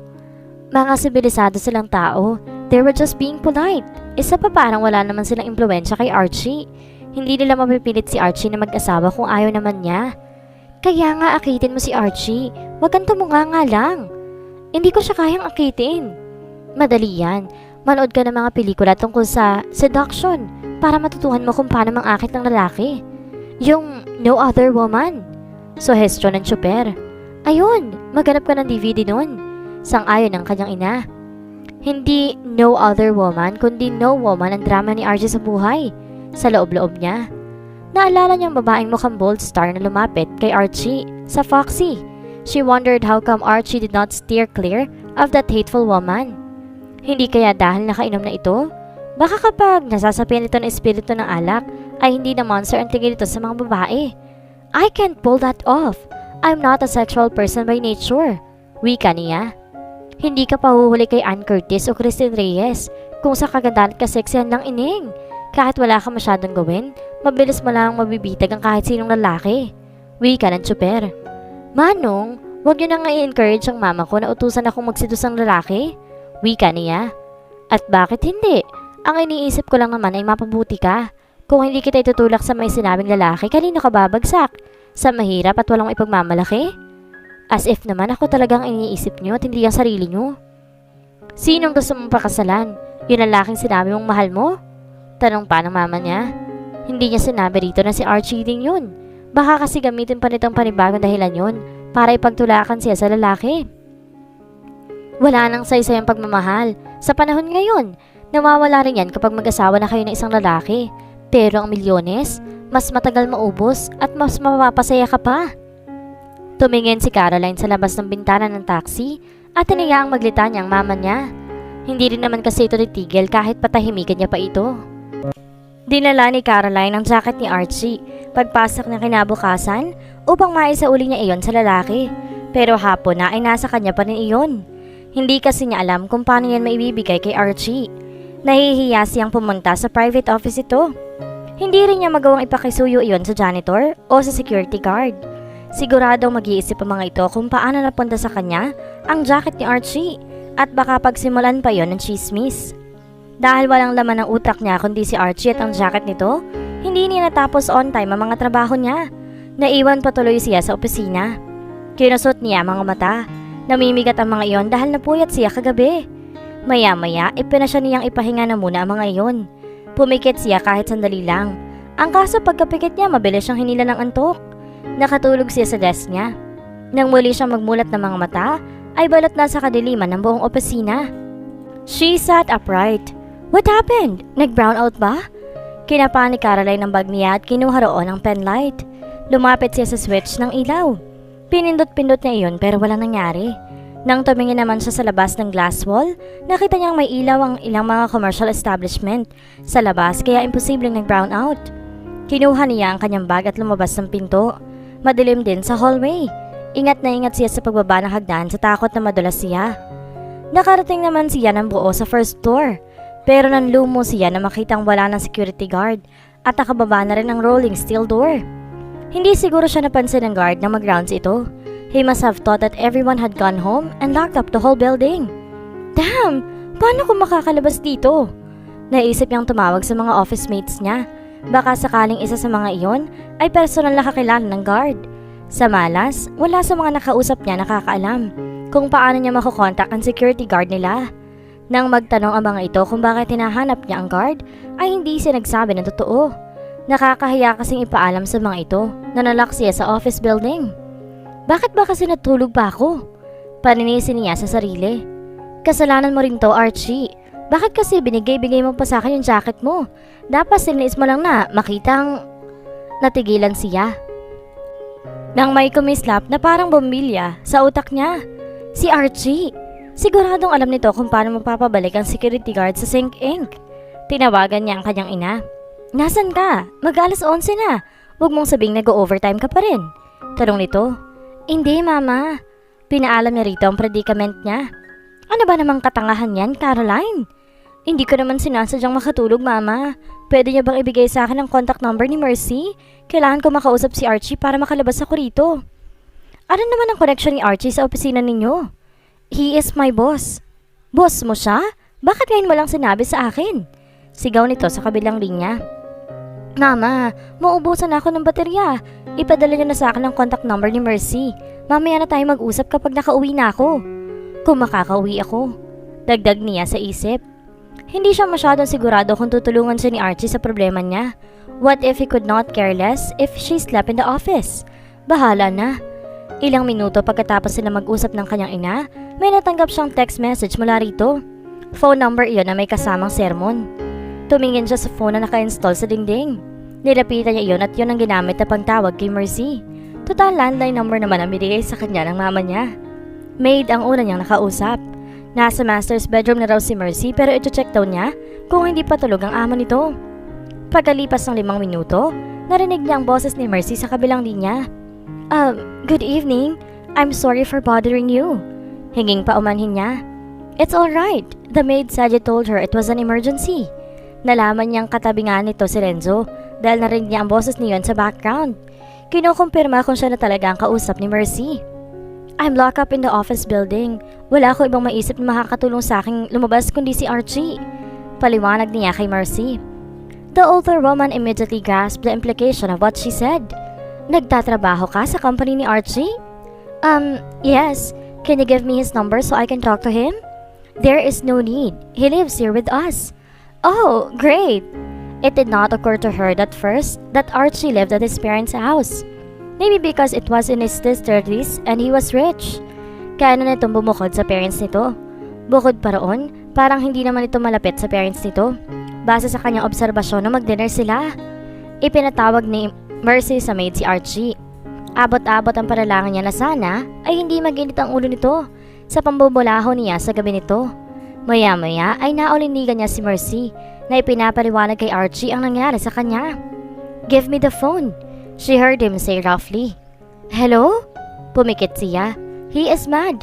Dapat di ko na lang siya tinawagan. Dapat naglatag na lang ako ng mga karton dito. Hello? Wika niya. Her voice squeaked. Archie was silent for a moment.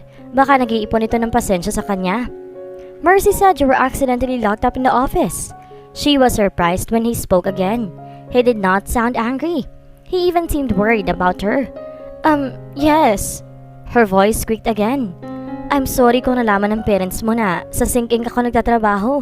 I had no choice. He sighed. Pwede mo bang utusan ng guard na bumalik dito para makalabas ako? I will see what I can do. Thanks. Naganap siya ng mauupuan habang naghihintay siya. Hindi siya matatakuting tao, but it was different when you were alone in a dark building. Pakiramdam niya may mga nagsisiakyat panaog sa hagdan at naglalakad sa hallway. Her body started to shake involuntarily. Niyakap niya ang sarili. Ilang minuto pang lumipas ay tumaas ang rolling steel door sa likuran niya. Napatayo siya. Thank God! Maya-maya pa ay ang glass door naman ang bumukas. Salamat, Mano. Natigilan siya dahil hindi ang security guard ang nakatayo sa labas kundi si Archie. Bumuka ang bibig niya. Was that really happening? Was it really him who came to their rescue? I didn't want to disturb our guard. He is probably asleep by now. Since gising pa ako nang tumawag ka, ako na lang nagpunta dito. Paliwanag nito. He stared back at her. Are you going to get out now or what? Natauhang humakbang si Caroline palabas.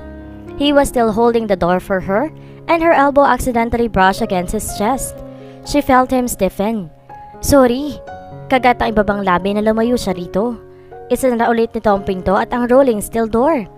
Hindi niya maiwasang mapansin kung gaano kalakas ang mga braso nito. Para kasing kasilambot ng cotton candy, ang steel door nang hilahin nito iyon pababa. When he was done locking up the building, he turned to face her. Parang hindi nito alam ang gagawin sa kanya. Let's go to my car. I will take you home. Wika nito kapag kwan. Hindi na. Makakapag-commute naman ako. It's almost midnight. It's not safe, so let's go. Nag-uutos ang tono nito kaya wala siyang magawa, kundi sumunod dito patungo sa Maserati nito. Pinagbukas ulit siya nito ng pinto bago ito pumesto sa driver's seat. Where do you live? Sinabi niya rito ang address niya. Walang salitang pinaandar nito ang sasakyan. Naalala niya ang jacket nito. Nilabas niya iyon sa bag niya. I forgot to give this back to you. Tahimik pa rin na kinuha nito ang jacket. Nanahimik na lang din siya. She wrapped her arms around herself again. I'm gonna bite you. Parang naiinis na wika nito. Nagtaka siya kung bakit ito nasabi iyon. Sumulyap ito sa mga braso niya. She realized that he was probably thinking that it was an attempt to protect her from him. I'm just cold. Wika niya. Nawala ang inis sa mukha nito. Kinuha nito ang jacket ito at ipinasa iyon sa kanya. Why did you return that to me if you were cold? Nakakahiya kasing gamitin ulit. Ipinato niya ang jacket nito sa mga balikat niya. Kahit magit 24 hours na iyon sa kanya ay nakakapit pa rin doon ang mabangong amoy ng cologne nito. Wala sa loob na sinamyo niya iyon. Napahiya siya na makitang nakatingin ito sa kanya. Crap! Paano ka nakulong sa building? It is the first time that it happened to one of our employees. It was my fault. Nag-overtime ako at di ko na malaya na nakatulog pala ako. Napuyat kasi ako kagabi. You're not the only one who did not sleep well last night. Komento nito. Alam kong hindi excuse ang kawalan ko ng tulog. I'm really very sorry. Hindi ko rin uulitin. Nakangiwing wika niya. Hindi kita pinapagalitan. I was only saying that. Never mind. Mag-uusisa sana siya kung anong hindi niya tinuloy na sasabihin, pero baka tuluyan na itong magalit sa kanya. Kinilabutan na lamang niya ang kuryosidad. Malapit lang ang bahay nila kaya nakarating agad sila roon. Do you mind if I park over there? Tinuro niya ang harapan ng isang sari-sari store. Tinabi nito ang sasakyan nito. This is your house? Tiningnan nito ang tindahan. No, doon ako nakatira. Itinuro niya ang apartment building sa likuran nila. I don't want mama to see you. Mas pagtutulakan niya ako sa'yo kapag nakita niyang ikaw ang naghatid sa akin. What does that mean? Nalaman ni mama na inihahanap ka ng parents mo na mapapangasawa at sapalitan niya akong ginagawang kandidata. What? Dad and Mercy are trying to find me a wife? You did not know? Ikabit mo ulit ang seatbelt mo. Utos ito sa kanya. Nakangasiya habang nakatingin dito. What have I done? I said wear the bloody seatbelt. Mabilis na nag-seatbelt siya. Saan tayo pupunta? Tanong niya. Somewhere where we can talk. What else do you know? Bakit gusto nilang magpakasal na ako? May nabanggit si mama na gusto ng parents mo na manirahan sa ibang bansa, pero gusto raw muna ni Lorenzo na makitang mag-settle down ka. Dad and Mercy plan to live overseas? He seemed to contemplate on that. Nagtaka si Caroline. Bakit Mercy lang ang tawag nito sa mama nito? Hindi ba nito tunay na ina si Mercy? Pero bakit hindi yun nabanggit sa kanya ng mama niya? Ang tingin niya naniniwala rin ito na biological son ni Mercy si Archie. Hindi na nagsalita pa si Archie hanggang sa maharating sila sa isang coffee house na 24 hours bukas. Naalala niya ang Sync Inc., ang nag-ooperate ng coffee house na iyon. Nagpunta si Archie sa service counter, samantalang siya'y pumesto sa isang mesa na nakaharap sa kalsada. Nang lumapit ito sa kanya, may dala na itong 2 tasang cappuccino. Here's was topped with chocolate. Umupo ito sa tapat niya. I hope you like chocolate and cinnamon. I do, thanks. Inamoy niya ang usok ng cappuccino. Heavenly. Archie stared at her face for a short moment before he averted his eyes and sipped his coffee. Is that why you wore sexy clothes? Pardon? Last night you were wearing provocative clothes. I've seen you a couple of times in the office before. I know that's now how you usually dress up. Ang mga mabanag gusto sa'yo na manamit ng ganoon? Nag-init ang kanyang mga pisngi nang bumalik sa isip niya ang itsura niya kagabi. Yeah, that is her idea of seducing a man. Less is more. She joked to conceal her embarrassment. Dati rin bang hostess sa Japan ang mama mo? Napatanga siya rito. Huh? That's what you call a prostitute here, right? Hostess. She was an entertainer in Japan. And is there a difference? Yes. In theory or practice. Tumingin ito sa kape niya. Try not to throw that at me. Binaba niya sa upuan ng kamay niya. I won't do that. You are my boss. And I'm in love with you. Dagdag pa ng isip niya. But you're mad at me because of what I said. Sorry, I just don't like people like Mercy or your mother. Humarap ito sa service counter at inobserbahan ng mga staff doon. Palihim din niya itong inoobserbahan. Pangahan ang mukha nito. Malapad ang noo. Straight ang ilong at hindi kanipisan ng mga labi para sa isang lalaki. He had a broad and strong-looking physique. He was simply hot. Mercy seemed like a nice woman. Wika niya. He snorted. She is a bitch. Hindi ba siya ang mama mo? My mother is dead. Filipina ba siya? No. She was half Italian, half Norwegian. Dad is half Italian, half English. He was born and raised in Wallis, so he considered himself Welsh. What a hot half Italian, quarter English, quarter Norwegian. Sa loob-loob niya habang nakatingin dito. Bakit pinapalabas ni Mercy na may sarili kanyang anak? It's not her. It's Dad. He wants everyone to believe that I'm that woman's own son. Why would your father want that? So no one would suspect what a first-class bitch she really is. Why would your father want that? Why do you hate her? She seduced him. Tugon ito. When my mother was still alive. Oh no! Masyadong sensitibo ang binabahagi nito sa kanya at hindi niya alam kung karapat-dapat niyang marinig ang mga iyon. Nahiling niyang ma-realize ni Archie na masyado ng personal ang paksa nila upang hindi na niya matuklasan pa ang ibang detalye. Pero, nagpatuloy lamang ito sa pagsasalita, as if sharing those things to her was the most natural thing in the world. Dati namin siyang housekeeper. I was only 6 when it happened. I saw it all. They were fooling around our house. They did not even care if I was there. Oh God! Nasaksihan ito ang pagtataksil ng ama nito sa pamamahay mismo ng mga to. What could that do to a small boy? It probably scared him for life. Alam rin ba ng mama mo? I never knew. Ang alam ko lang, palagi silang nag-aaway. Their marriage was falling apart. Maybe they did not love each other anymore. But she did not deserve what they did to her. Sinubukan kong pigilan sila sa paraang alam ng isang bata. I showed my father that I hated him for what he was doing to mama. Pero wala na siyang pakialam during that time. Parang nawala na siya ng kakayahang mag-isip o kontrolin ang sarili niya. All because of that vile woman. My mother died a few months later. It was winter. She was driving and the next thing I knew, she was gone forever. I know that it was an accident, but I blame that on my father when I was 6. Mas nagalit pa ako dahil naniniwala ko na hindi nalulungkot si Dad sa pagkamatay ni Mama. Ang nasa isip ko, natutuwa siya dahil malaya na nilang magagawa na mistress niya ang gusto nila. They decided to move here the next year. He married that bitch and they now live happily.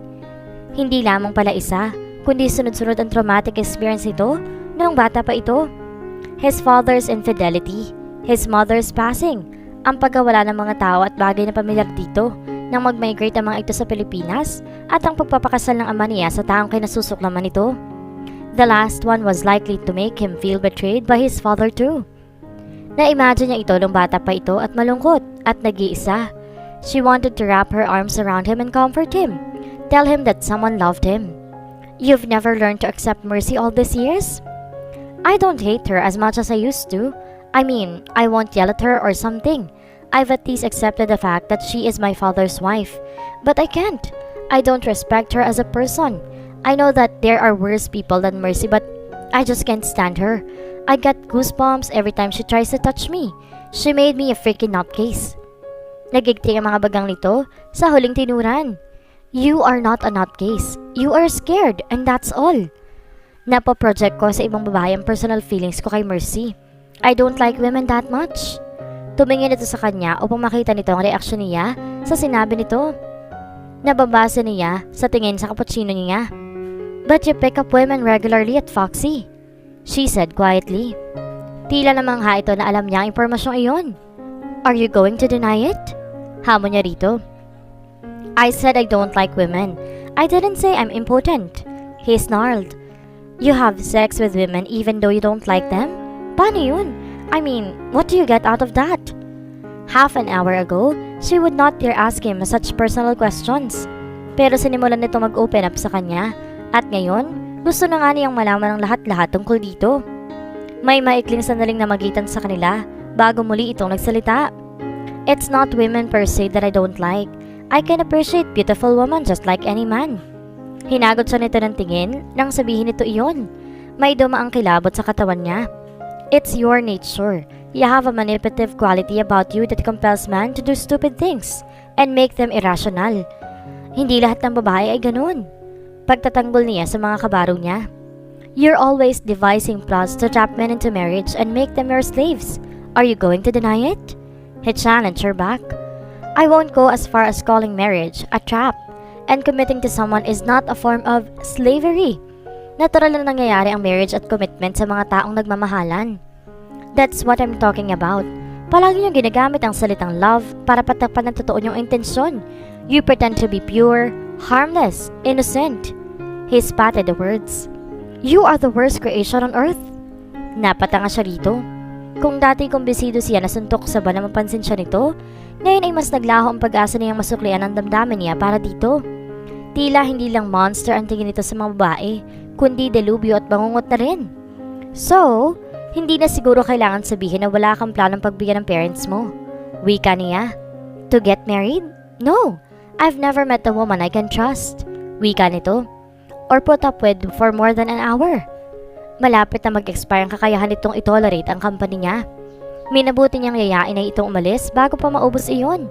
She did not want to see how he would fake out when he realized that he'd already spent 60 minutes of his precious time with her. Hating gabi na, I think we'd better get going. Sumang-ayon ito sa kanya. Lumabas sila ng coffee house. After less than 5 minutes, ipinarada uli ni Archie ang sasakyan nito sa tapat ng sari-sari store, malapit sa nititirahan niya. Hinubad niya ang jacket nito at inabot iyon dito. Thanks! Keep it, you might need it again.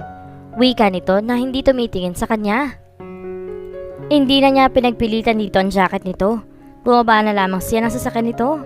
Later that night, na nakahiga na siya sa kama at yakap-yakap ang jacket nito, napabuntong hininga siya.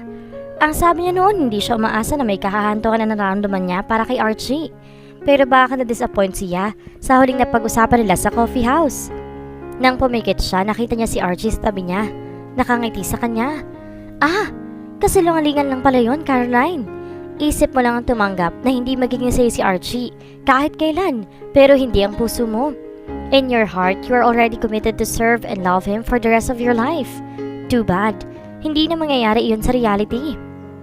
Nang sumunod na mga araw, tuwing dumarating si Archie sa sinking, kinakabahan siya na baka magkasabay uli sila ni Caroline sa hagdan. Kapag naman obligado siya magpunta sa ibang parte ng office building, nangangamba rin siya na magkasalubong sila. May isang pagkakataon na napadaan siya sa copy room. He literally broke out in a cold sweat. Pakiramdam niya ay hindi siya makakapasok pa kailanman sa silid na iyon. Ibinagsak niya ang kamay sa ibabaw ng desk niya. Masyado na siyang naapektuhan ng dahil lamang sa isang babae. Hindi na siya makapag-function na tulad ng dati sa sarili niyang kumpanya. He was losing focus because of Caroline and that was not good. He had to do something. Everything all right over there, Archie? Tanong ni Dave. Nothing's right. Anong gagawin mo kapag may taong ayaw magpatahimik sa'yo? Tanong niya. I will marry her. Marry her? That's insane. May tumimo sa kanya. How did you know I was talking about a woman? Easy. Men can provoke men, but only women can drive us mad. It always takes a certain degree of obsession to be mad about something. Napaka-imposible namang obsessed ka sa isang lalaki. Kaya napansin ko na parang ilang araw ka nang distracted. Oy! Interesting yung pinag-uusapan nyo ah. Singit ni Alfie. Kanino ka na-obsessed, Archie? I'm not obsessed. Wika niya. Who is distracting you then? Tanong ni Tommy. Just someone. She's not that important. Huwag na natin siyang pag-usapan. Kanina lang napo-frustrate ka sa taong yan, kaya hindi mo hiningi advice ni Dave. Ngayon sasabihin mo na hindi siya mahalaga? You are contradicting yourself. Wika ni Alfie. Kalimutan niyo na lang ang mga sinabi ko. Not until you tell us her name, age, vital statistics, phone number and location para makongratulate namin siya. Siya palang nag-iisang babaeng kinuwento mo sa amin. I said forget it. Hinila niyang ilang papeles sa desk niya. Sige nga, sabihin mo na sa amin ang pangalan ng bebot mo, Archie. Pangungulit pa rin ni Alfie. Hindi na lamang niya ito pinansin. Magtatanghali na nang gulantangin silang lahat ng isang taong pumasok sa pribadong opisina nila. Good after... Oh, napakagwapong Amerikano naman ito. Boses ng isang babae iyon na parang medyo pamilyar kay Archie. Who are you, ma'am? Tanong ni Tommy. Na-imagine niya itong napapangiwis sa babaeng nanggugulo doon. My name is Myla. Where is Archie? Are you his cousin? No, I'm his business partner. Archie! Lumabas siya ng work area niya. Nanlaki ang mga mata niya nang bumulaga sa kanya ang babaeng kinakausap ni Tommy. Bloody hell! What was Caroline's mother doing in his office? Hello, Archie. How are you, iho? Parang naging bato siya sa kinatatayuan nang yakapin siya ni Myla. This is good. Naaaliw na wika ni Alfie mula sa likuran. I don't think so.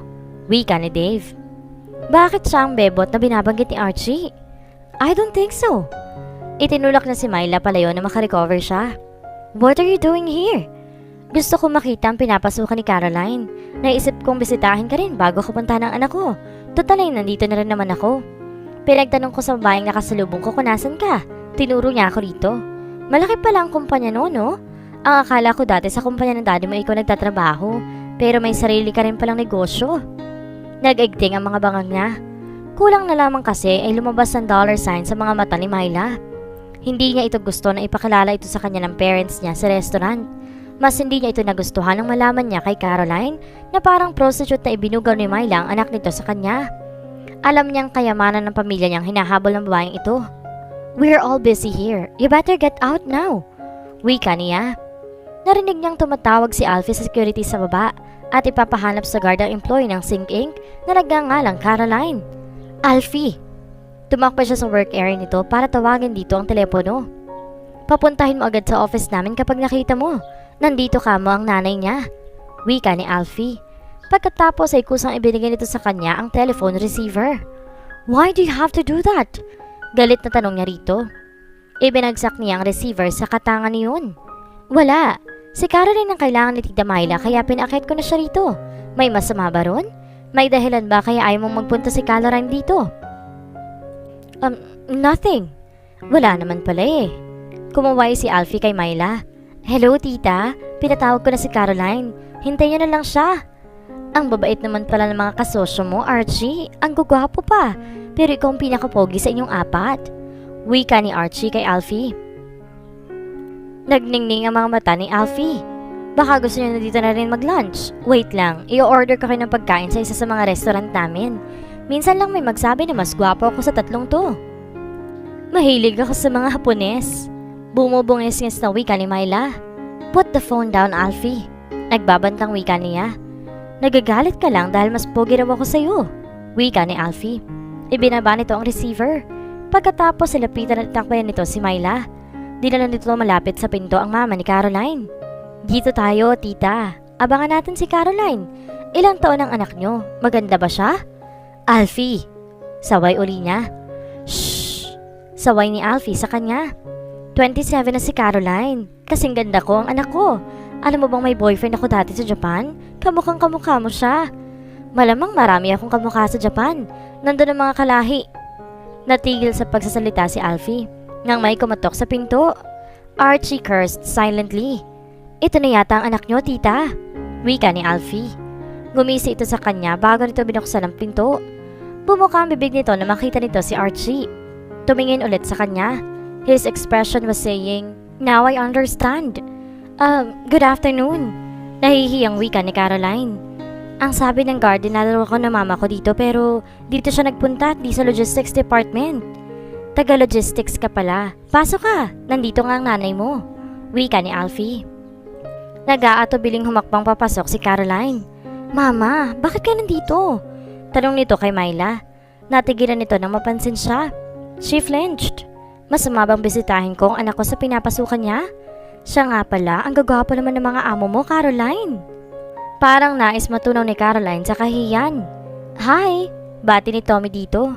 Do you personally know Archie? Hindi makasagot si Caroline. Nag-aalala siguro ito na magalit siya kapag sinabi nitong oo. Malapit na kaibigan ako ng mama ni Archie. Wika ni Myla. You are not? Wika niya. Aapela pa sana si Myla pero pinigilan nito ni Caroline. Mama, halika na sa labas. Nakakahiya sa kanila. Bumaling ito sa kanila. I'm very sorry. Apologetic na wika nito. Hinila nito palabas na nagpo-protestang si Myla. I can see why you're obsessing about her. I'm obsessed with her tiny waist. Para siyang sakupin ng isa kong kamay. Natigilan si Alfie pagharap nito sa kanya at nakita mukha nito. No, I'm not. Sabi ko nga, she's all yours. Biglang bawi nito. Tommy and Dave chuckled. Parang naliwanagan na rin na binalikan ng mga ito ang trabaho ng mga ito. Archie cursed silently again. Marahil ay iniisip ng dalawa na nagiging possessive siya kay Caroline, kaya binigyan niya ng masamang tingin si Alfie. But really, I'm happy na nabuhay na rin sa wakas ang dugo mo, Archie. Dapat nating i-celebrate yan. Wika ni Alfie. I don't know what you're talking about. Huwag ka na magpakapagod na mag-deny. Nasa ugat at sistema mo na ang bebot na yun. Mahirap nang matanggal kapag ganun. Ang mabuti pa, pagbigyan mo na lang ang sarili mo para maging happy naman si Manoy. Tinapik-tapik pa siya nito sa braso. It took all his effort not to strangle Alfie's neck. Bumalik na lamang siya sa sarili niyang pwesto. I am not obsessed with Caroline. She is not in my system. To prove that to himself, he blocked her out of his mind. Naging successful naman siya but only for about 2 minutes. Pilit nagsumiksik sa isip niya ang anyo ni Caroline nang pumasok ito sa opisina nila. As usual, she looked lovely. She wore a peach shirt dress. He wanted to peel that shirt dress and kiss every inch of her body for hours. He had never done that to any woman before. His past encounters with women had always been brief and impersonal. Somehow, he knew it wouldn't be like that if he ever made love to Caroline. Yes, that was it. He would be making love to her, not just scratching an itch. For the rest of the afternoon, all he could think of was making love to Caroline. Kung marunong lamang manigarilyo si Caroline, bibili siya ng isang stick ng Marlboro para may magawa siya, maliban sa tumunganga sa harap ng sari-sari store. Doon siya napadpad nang iwan niyang kanyang ina sa loob ng apartment niya. Pag uwi kasi niya, sinimula na naman siya nitong kulitin tungkol kay Archie. Nilayasan niya ito dahil na kukulilin na talaga ang mga tainga niya rito. She sighed. Hindi niya alam kung paano kukumbinsin ng mama niya na tigilan na ang pangaharap na mapangasawa niya si Archie. The idea was ludicrous. Mas malaki pa ang posibilidad na mahulog sa earth ang lahat ng bituin sa kalangitan na mga sandaling iyon kaysa mag-propose si Archie ng kasal sa kanya. Sorry na lang tayong dalawa, Mama. Maybe in another lifetime, Archie would fall madly in love with me. But not in this one. Tough luck. Ipinasya niyang chichiri na lamang ang bilhin sa tindahan. Ipinasok niya ang kanyang mga kamay sa mga bulsa ng shirt dress niya. Napabuntong hininga uli siya nang wala siya makapa maski 5 piso. Nangalumbaba na lamang siya at nanalangin na bumilis ang takbo ng oras para makatulog ng kanyang ina. Nang sa gayon, makabalik na rin siya sa apartment niya. Nakatingala siya sa mga bituin sa kalangitan nang may humintong sasakyan sa kalsada sa tapat niya. Kumislot ang puso niya na makilala niyang Maserati ni Archie. May mahigit 30 segundong lumipas bago nito ikinambyo ang sasakyan nito papasok sa espasyo sa harap ng tindahan na parang nagdadalawang isip ito kung pupuntahan ba siya o hindi. Maya-maya, bumaba ito roon at lumapit sa kanya. Bakit ka nandito sa labas? Tanong nito. Iniiwasan ko si Mama dahil kinukulit na naman niya ako. Nagpapalipas lang ako ng oras hanggang sa makatulog siya. Do you have to stay here? Sinulya pa nito ang dalawang lalaking umiinom ng beer malapit sa kanya. Wala ako ibang mapupuntahan. Tsaka safe naman ako rito. Mababait sila. I know them. Aniyan ang tinutukoy ay ang dalawang lalaki. Parang disimulado ito sa kanyang sinabi. You can stay inside my car. Hindi na. Okay lang talaga ako rito. Pauwi ka na? Bakit parang sobrang late ka naman yata umalis ng office? Hindi kaya nanggaling ito ng Foxy? She felt jealous of the woman who had kissed his mouth, gripped his arms and risen to his hips. I know. Wika nito. Tumingin ito ng matagal sa kanya. Saan ka kinukulit ng mama mo? Pinagtutulakan ka ba ulit niya sa akin? She nodded. But don't worry. Sasanay na ako kay Mom. Ever since I turned 17, she wanted me to snag a millionaire husband. Umaasa siya na magiging elitista na siya kapag yumaman kami. She'd never heard about that you could never buy class. Ang intensyon niya ipangitiin ito, pero sa halip na umiti, nagsalubong ang mga kilay nito. Kapag hindi siya nagtagumpay sa gusto niya mangyari sa ating dalawa, hindi ako ang huling lalaki pagtutulakan niyang pakasalan mo, right? Pagbibigay nito ng konklusyon. Caroline nodded again. Hindi humihinto si Mama hanggat niya nakukuha ang gusto niya. Ipinasok niya mga kamay sa mga bulsa ng short dress niya. Para nangangati kasi ang mga yun na hawakan ito. Archie looked so tempting in front of her. Tumingin ito sa tindahan. Parang may gusto ito pero hindi nito alam kung paano bibili. What do you want? A cigarette? Tanong niya rito. I don't smoke. I need something to drink. Tinawag niya ang tindera sa loob ng tindahan at tumingin ng maliit na bote ng Coke. Ibinigay niya iyon kay Archie. Inabutan siya nito ng 500. Tatanungin sana niya ito kung wala itong smaller bill, pero malamang iwala. Kaya na lamang binigay niya sa tindera. Inubos ito ang soft drink sa 2 lagukan lang. Ano kaya nangyari dito at parang bigla itong inuhaw? Hindi ko expected na nakatira ka sa bahay ng parents mo. Wika niya rito maya-maya. I wasn't until 2 weeks ago. I have my own place. Why did you move out? My father asked me to. Sinimulan na niyang turuan ako na patakbuhin ang business niya. Wala akong choice. I'm only his heir. Nag-retire na ba siya? Renzo is in his 50s, right? He is 63. He looks younger than his age. Naisip niyang baka dahil yan kay Mercy. Mas mukha ring bata si Mercy kumpara sa mama niya. Hindi siya magre-retire. He acquired a business in Hong Kong and it needs him.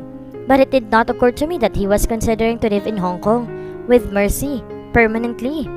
Na-figure out ko lang yun ang sabihin mong gusto nila ako makapag-asawa. Hindi lang ako ini-expose sa business niya. Ipapaabayan na niya yun sa akin. Tumingin ito sa bote ng soft drinks na hawak ko. But I have to get married first for that to happen. Pero wala itong balak na mag-asawa. Ang ibig sabihin, mapipilitan itong tumira sa isang bahay, kasama si Renzo at Mercy. May pakiramdam siya na mas nais itong manirahan ng ama at stepmother nito sa Hong Kong. Suddenly, he looked up at her. Will you marry me? Tanong nito. Hindi sigurado si Caroline pero parang narinig niyang short circuit ang neuron sa utak niya. Malamang ayun ang dahilan kung bakit parang akala niya ay nag-propose ito sa kanya. I beg your pardon? Let's get married. Okay. He definitely asked me to marry him. Hindi ako nag-i-imagine lang. Tumingala siya sa kalangitan upang i-check kung naroon pa rin ang mga bituin. Maybe it was doomsday. Wala siya maisip na ibang paliwanag kung bakit nagpo-propose ito sa kanya. Your mother wants you to find a wealthy husband. I need a wife. If we get married, then we will solve our problems. Naliwanagan siya. Of course. Isang marriage of convenience lamang pinag-uusapan nila. Ano naman ang inaasahan niya? That Archie really wanted her for a wife? Sinabi nito sa kanya noon kung ano ang tingin nito sa mga babae. I don't know. Hindi ganun kasimple ang suggestion mo. Kahit magkasundo tayo na magpakasal lang tayo dahil sa circumstances, magiging legally binding pa rin ang kasal na yun. Our lives will be joined. We can always get a divorce. May nakakalimutan ka. Wala tayo sa England. Walang divorce dito. Something occurred to her. Wait a minute. Hindi ka pa naturalized citizen? Nope. Dad and I are still considered as foreign investors in your country. Pagbibigay alam nito sa kanya. Just think about it. Ipinatong nito ang bote ng soft drink sa aspalto.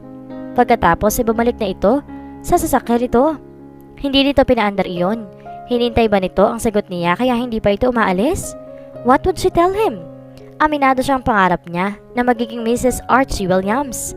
Pero malinaw na sa pangalan lamang siya magiging asawa nito dahil hindi naman magiging totoo ang pagsasama nila. Hindi siya makukontento roon. A part of her would always yearn for something he could never give her. At the same time, she would dread the day that he would finally file for a divorce to rid of her. Parang ipinasok na rin niya ang sarili sa isang torture chamber kapag pumayag siya magpakasal dito. It's a bad idea. Lumapit siya sa sakin nito at kinatok ang salamin niyon sa driver's side. Bumaba ang salaming bintana. Aren't you going home yet? Tanong niya. Binabantayan kita. Bumuka ang bibig niya. Ang buong akala niya ay nag-aabang lamang ito ng sagot niya. Pero hindi pala ito umaalis dahil nag-aalala ito na may mangyayaring masama sa kanya. If he despised woman, How could he be so concerned about her? Maybe he cared for her. And if he cared for her, maybe she could also teach him to love her. Magagawa lamang niya yun kung magkakaroon siya ng pagkakataong makasama ito. Nakapag-isip na ako. Let's get married. Wika niya. Parang ngumiti ang mga mata nito. Bumaba ito ng sasakyan. Ang akala niya yayakapin siya nito. I guess you can go home now. You can tell your mother to leave you alone because we're getting married. He said instead. I will walk you to your door. Okay. He did not give me a hug or a kiss, but at least he offered me to walk me home. That's still kind of sweet. He is not a hopeless case. Naglakad sila patungo sa inuupahan niyang apartment. I'll see you tomorrow. Wika nito. You too. Hinabol niya ito ng tingin na maglakad ito pabalik sa sasakyan nito. That hot guy is going to be my husband. Somehow, that thought was enough to make her smile from ear to ear. Saka na niya haharapin ng giant heartache na nakaabang sa kanya kapag hindi na siya nagtagumpay na turuan itong mahalin siya. For now, she was happy. Nagtaka si Caroline nang tumahimik ang buong apartment nila na anima may naligaw na anghel doon. Nang sumulyap siya sa likuran niya, nakita niya si Archie. Palapit ito sa kinaroroonan niya. Iwan mo muna mga ginagawa mo. We have to go. Wika nito sa kanya. Tumindig siya at otomatikong kinuha ang bag niya. Saan tayo pupunta? Hindi ito tumugon. Kinuha lamang nito sa kanya ang bag niya at nagpatiuna sa paglabas. We're getting married this morning. Wika nito na maglalakad na sila sa hallway. She halted in her tracks. Pagkagising niya kanina, pinag-isipan niya kung napanaginipan lamang niya ang pagpropose ito sa kanya sa kasal sa sari-sari store. Para kasing napaka-imposibleng nagkasundo talaga sila ng pagpapakasal. Pero ngayon, kumbinsido na siyang totoo nga ang lahat. As in ngayon na? Tanong niya. He nodded. May kakilala akong judge. I called him up last night and asked him if he could marry us. Pinagmasdan siya nito. Have you changed your mind? No, ano lang. Nabibilisan lang ako. Mas mabilis ding masasolve ang problema natin kapag ginawa natin to agad. You're right. Sang-ayon na lang niya. Wala siyang magagawa kung gusto nitong maikasal sila nung araw na iyon. Nagpunta sila sa sasakyan nito. Hinago nito ng tingin ng kanyang white blouse at floral skirt. That will do. May kinuha itong isang pumpon ng pink carnation sa dashboard. Here, I picked that up earlier. Napangiti siya nang tingnan niya ang mga bulaklak. At least, he got her a bouquet. Thanks, they're lovely. Pinaandar nito ang sasakyan. Maya-maya, nakarating sila sa isang mansyon na nakatirik malapit sa isang airport. Naghihintay na sa kanila sa loob ang judge na binanggit ito kanina. Nagpakilala ito sa kanya bilang Judge Sanchez. Maya-maya pa, natagpuan niya ang sariling nakatayo sa pasyo ng mansyon, katabi si Archie. She saw a Cessna plane took off from a distance as Judge Sanchez recited his lines. Afterwards, Archie produced 2 gold rings encrusted with diamonds from his pocket. Sinuot nito sa daliri niyang isa. Ito na ang kusong nagsuot ng isa pang singsing sa sarili nito. Medyo na-disappoint siya roon. And then Judge Sanchez announced that he could finally kiss her. She gave Archie a sidelong glance. She was almost sure he preferred to skip that part of the short ceremony. Pero nagulat siya nang hawakan siya nito sa mga balikat at iniharap dito. Caroline tensed when he leaned forward. Naramdaman marahil nito iyon. He planted a quick kiss on her lips before he let her go. Humarap at nagpasalamat ito sa judge. Sandali lamang siya nitong hinalikan pero hindi agad siya nakarecover mula roon. Parang may kuryente pa rin na gumagapang sa buong katawan niya dahil sa pagdedicate ng mga labi nila. We can go now. Pukaw ni Archie sa kanya. Okay, she replied breathlessly. Bumalik sila sa sakyan nito. She was still clutching the bouquet in her hand as she recollected what transpired in the past hour. They were married now. She was officially Mrs. Archie Williams. Kanina lamang niya nalaman na yun pala ang tunay na pangalan nito, Archie Val. What now?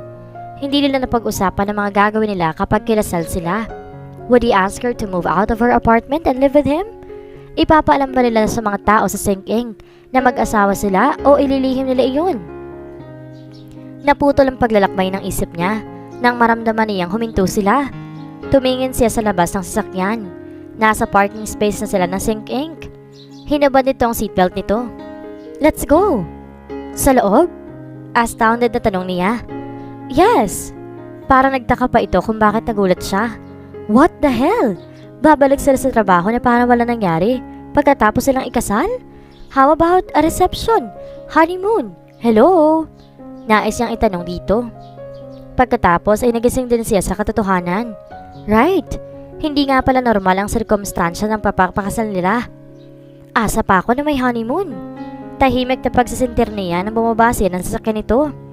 I have something important to tell you. Hinintay ni Archie na makuha ang buong atensyon ng business partners niya bago siya nagpatuloy. I got married today. Wow, wika ni Tommy. Dave smiled. Nilagpasan na niya mga ito. Nagtungo siya sa pwesto niya. Teka, awat sa kanya ni Alfie. You got married? Today? Inulit mo lang ang sinabi ko. Kayo ni Caroline? No, me and Queen Elizabeth. Bakit di mo ko inimbitahan? Hindi kita kailangan sa kasal ko. I'm your friend. I could have stood as your best man. I didn't need one. Si Judge Sanchez ang nagkasal sa amin ni Caroline. Driver at house help niyan tumayong witnesses namin. His family had been doing business with Judge Sanchez for years. They partly contributed to the judge's wealth. That was the reason why the judge agreed to marry him and Caroline on short notice. Ah, ganun pala.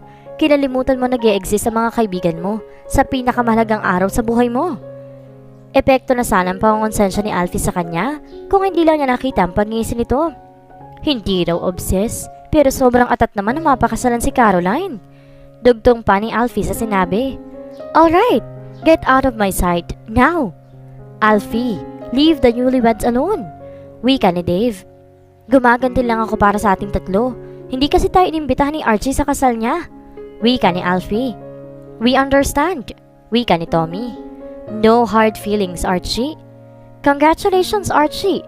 Send Caroline my best wishes. Wika ni Dave. Sige na nga, congratulations na rin. Magpakaligaya kayo ni Manoy mamayang gabi. Wika ni Alfie. Binilit niya isang papel at ibinato iyon dito. Scrat! Pinag-aralan ni Caroline ang malaking bahay sa kanyang harap habang kinukuha ni Archie ang bagahe niya sa backseat ng sasakyan nito. We can't live in my place. It's too small for the two of us and I don't have a maid. You will be more comfortable here. Well, except that my father and Mercy are also here. But I hope you won't mind. With any luck, they'll be gone soon. Okay lang ba sa akin magstay rito? Wika niya. Kanina pinuntahan ulit siya ni Archie sa department niya at pinakuha siya nito ng mga gamit sa department niya. Ipinaalam niya sa kanyang ina na nagpakasal sila ni Archie at gaya ng inaasahan niya, ikinagalak nito ng husto iyon. Ni hindi ito nagalit na hindi ito nakadalo sa kasal nila dahil ang mahalaga lamang dito ay nangyari ang inaasam nito. Isinara ni Archie ang pinto ng sasakyan. We'll get the rest of your things next time. Wika nito. Parang hindi yata aakma ang mga kasangkapan sa apartment niya sa magarang bahay ng pamilya nito. Gayunman, sinarili lamang niya ang naisip. Sumunod siya rito na magtungo ito sa front door. Nang buksan nito ang pinto, nasilip niya ang karangyaan sa loob. She felt out of place. Oh boy! Bago sila dumating sa pamamahay ng mga ito, puro may kinalaman sa magiging pagsasama nila ni Archie ang pinaproblema niya. Hindi niya naisip na nang pakasalan niya ito, pumasok na rin siya sa mundo nito. It was more nerve-wracking up close. Ibinaba ni Archie ang barahe niya. Lumapit ito sa kanya at sa pagkabigla niya, ay pinangkus siya nito. What are you doing?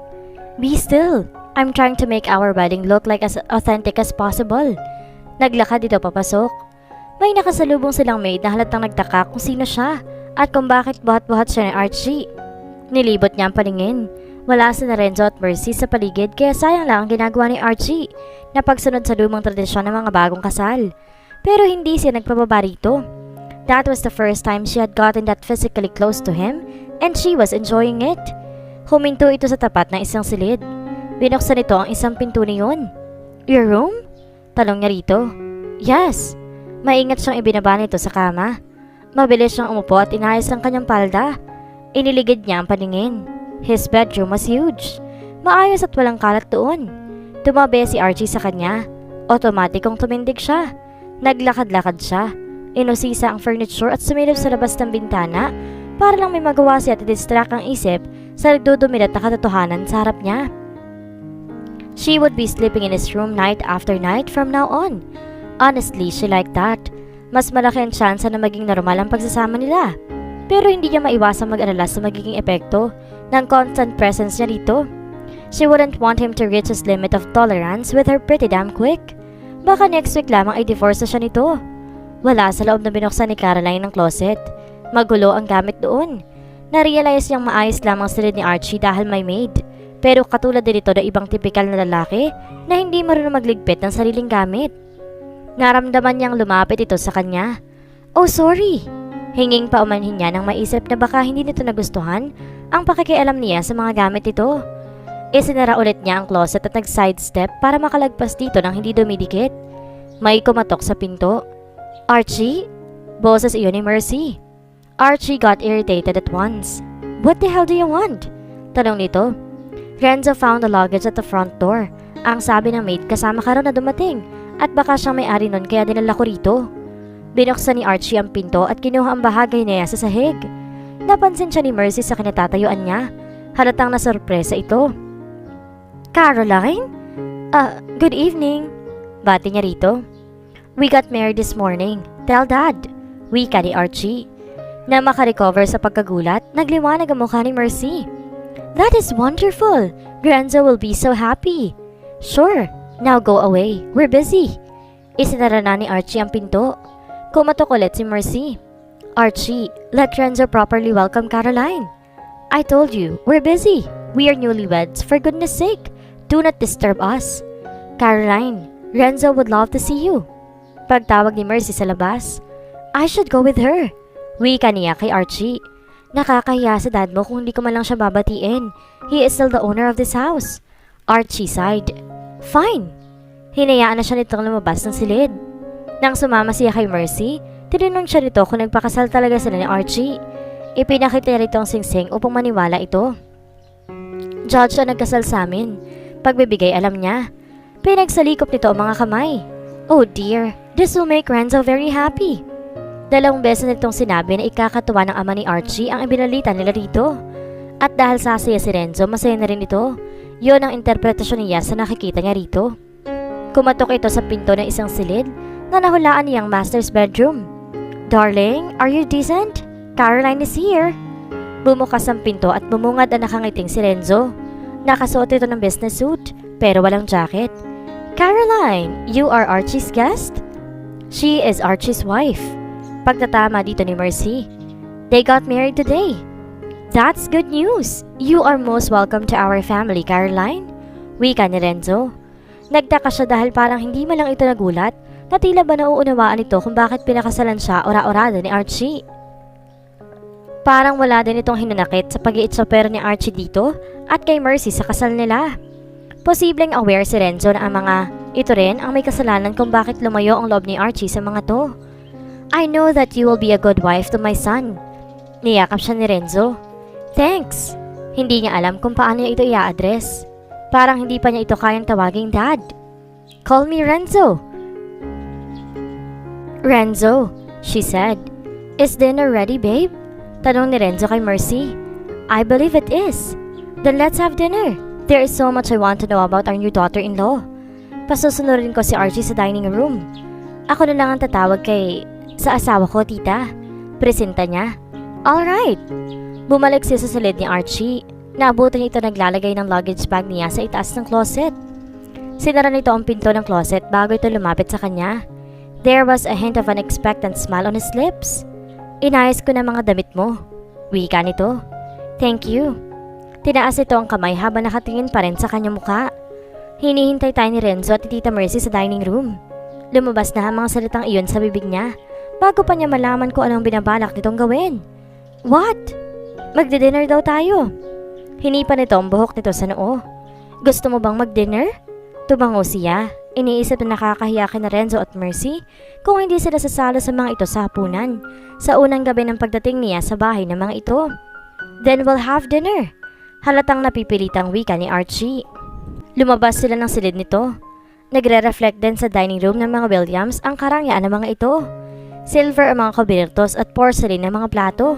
May malaking chandelier sa kisame. Pakiramdam ni Caroline mahuhulog yun sa kanila at sa emergency room sila pare-pareho pupulutin bago matapos sa main course. It made her feel silly. Sinulyapan niya si Mercy. Well, Nakapag-adapt siya sa lifestyle ng mister niya. Makakapag-adjust din ako para kay Archie. Naisip niya. Bigla niyang naalala na hindi pampermanente ang setup nila ni Archie. I-divorce din siya nito balang araw. Parang nais niyang ma-depress. May mga tinanong sa kanya si Renzo habang kumakain sila. Manaka-naka ay nagkokomento si Mercy. Si Archie ay tahimik lamang na kumakain at hindi nakikisali sa usapan nila. Pero pagkatapos ng dessert, itinuunan ni Renzo ang atensyon nito kay Archie. Sirenyasan siya ni Mercy na sumama dito na lumabas ng dining room. Niyaya siya nito sa kitchen. They'll be talking about business for a couple of hours. Pagbibigay alam nito sa kanya. Kumuha ito ng 2 tasa. Would you like a cup of tea? Coffee na lang. I'm sorry dear, we have no coffee. Renzo and Archie only drink tea. Parang paraan nito ng pagsasabi sa kanya na dapat na rin niya makasanayang magtsaa gaya ng mga nakatira doon. How is Myla? She's doing okay. Nasa apartment ko siya. Pero babalik na raw siya ng San Fernando bukas. Nandoon ang family namin. Nabanggit ni Myla sa akin na may 2 kang kapatid. Yeah, sina Cleo and Carla. It must be nice to raise 3 daughters. Bakit di kayo nagkaanak ni Renzo? Tila baliwala lamang dito na alam na niyang hindi nito biological son si Archie. Inaasahan na siguro nitong kinuwento ni Archie sa kanya ang lahat ng dapat niyang malaman tungkol sa pamilya nito. It's our choice. We decided na mas magiging masaya at mas makakapag-concentrate kami sa needs ng isa't isa this way. Tugon nito. Kasasabi lang nito kanina na hindi man yung direkta na gusto nito ng mga anak na babae. Kaya nagkahinala siyang si Renzo nag-initiate dito ng ideya na wag nang mag-anak ang mga ito. Dahil yun ang gusto ni Renzo, yun na rin ang gusto nito. Ibinaba nito sa ibabaw ng kitchen table ang tsa na para sa kanya. Dark green ang kulay niyon. It also smelled like bitter medicine. Inilayo niya iyon upang hindi niya malanghap. Do you know that Renzo really liked you for Archie? Wika ni Mercy. As a matter of fact, after natin mag-dinner na magkakasama sa restaurant, he told me that he wished that Archie would court you. I am only Archie's employee. Huli na nang maalala niyang dati itong housekeeper ng mga Williams. That doesn't matter to them. Nabanggit sa akin ni Archie na employer mo rin si Renzo before? Yes. When I turned 22, my employer in Japan told me that I was already too old to entertain his clients. I was forced to find another means of living. I went to Europe. Marami ako naging trabaho doon. Eventually, Renzo's business manager referred me to him. I became their housekeeper. Hindi ito kumukurap habang nagkukwento ito, kahit pa iba ang sinabi nito sa kanyang ina. Tila komportable na ito sa 2 bersyon ng istorya kung paano itong nakilala si Renzo. Ang una ay ang aktwal na mga nangyari in the past, at ang pangalawa na sigurado siyang si Renzo ang nag-fabricate upang protektahan ang reputasyon ni Mercy sa ibang tao. Suddenly, it dawned on her why Mercy loved Renzo with all her heart and was willing to do anything for him. It was because Renzo was also very much in love with Mercy and was more than willing to give her anything, including a new and better life. Pagkatapos silang magtsaa, nilibot siya ni Mercy sa ibang parte ng bahay. Ipinakita rin ito sa kanya ang mga tanim nitong bonsai sa garden. Ipinaliwanag dito sa kanya kung paano itong inaalagaan ng mga yon. But of course, hindi mo kailangan maghanap ng libangan gaya ko dahil may trabaho ka. Wika nito. Is Archie your immediate boss? Hindi. Actually, wala pang 1 month na makita ko sa kumpanya. He is smitten with you. Muntik na niyang kontrahin ito. Pero hindi nga pala maaaring malaman ni na Mercy at Renzo ang totoong dahilan ng pagpapakasal nila ni Archie. I hope so. Wika niya. Naalala nitong oras. Malamang ay tapos na sila mag-usap. Let's go back inside the house. Wala pa si Archie na muling pumasok si Caroline sa silid nito. Mabuti naman dahil mas makakakilos siya na maayos. Natataranta kasi ang isip niya kapag magkasama sila. Kumuha siya ng underwear, kamison, roba, towel, at toiletries sa mga gamit niya. Binuksan niya ang pinto ng personal toilet and bath sa silid. Malaki iyon. Inilak niya ang pinto.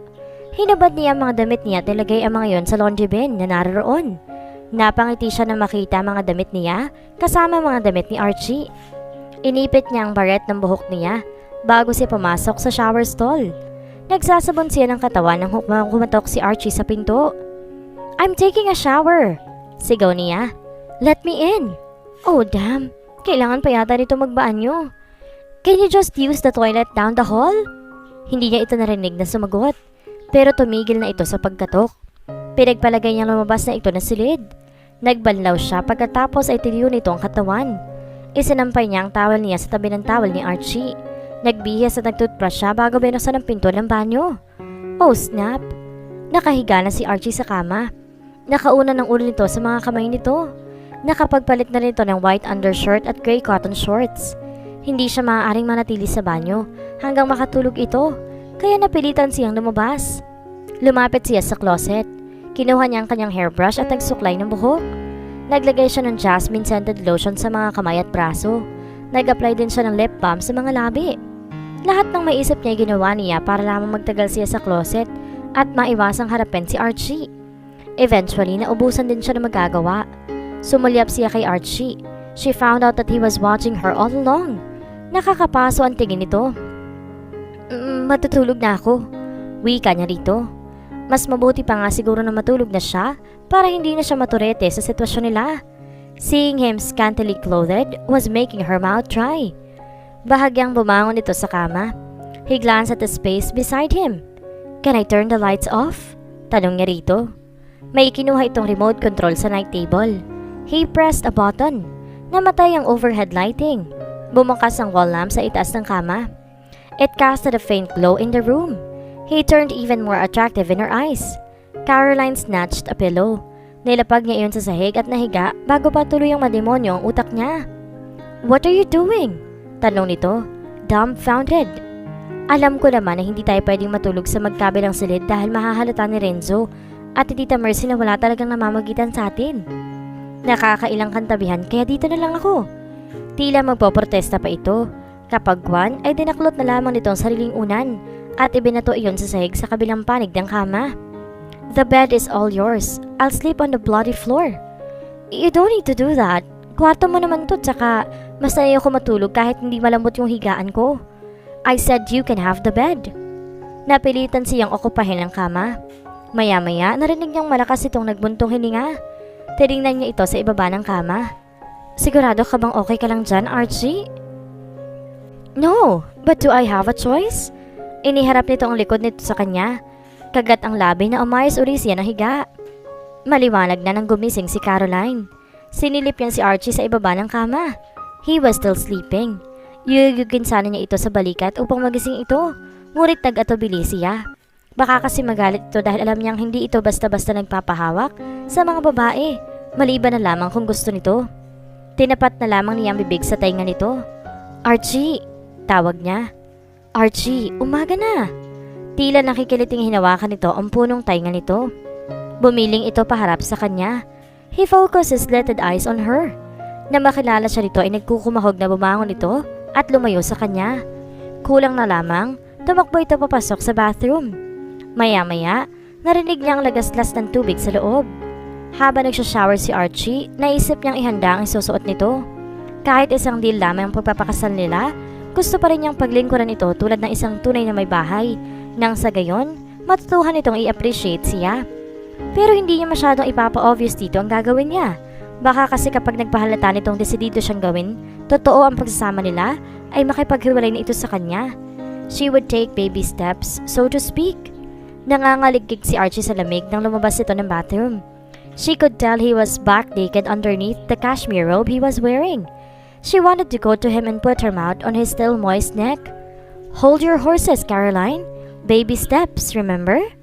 Matatakot sa'yo si Archie kapag nalaman niya makamundong iniisip mo. Wala bang hot water ang shower? Tanong niya rito. Nanginig lang uli ang katawan nito bilang tugon sa kanya. Bumahing pa ito. Bless you, wika niya. Tumingin ito sa mga damit ito na nasa ibabaw ng kama. Inihanda ako na isusuot mo. Magsha-shower na rin ako.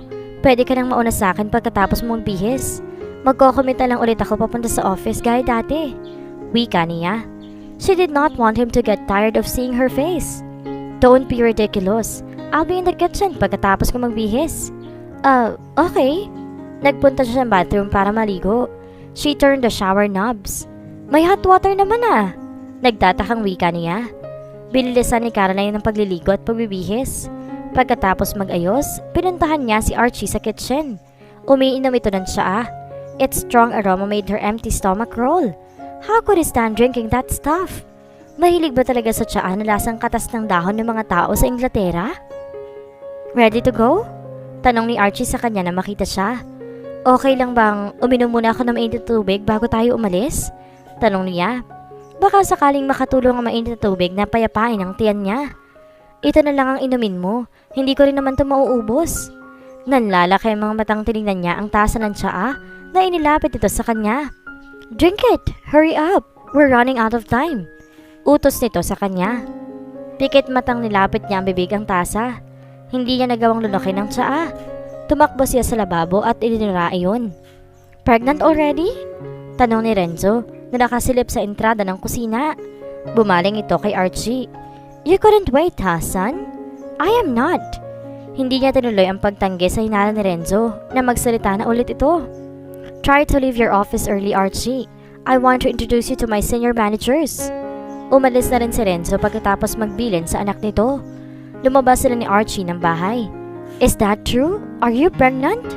Tanong ni Archie pagsakay nila ng sasakyan nito. Parang nabother ito sa sinabi ni Renzo kanina. Of course not.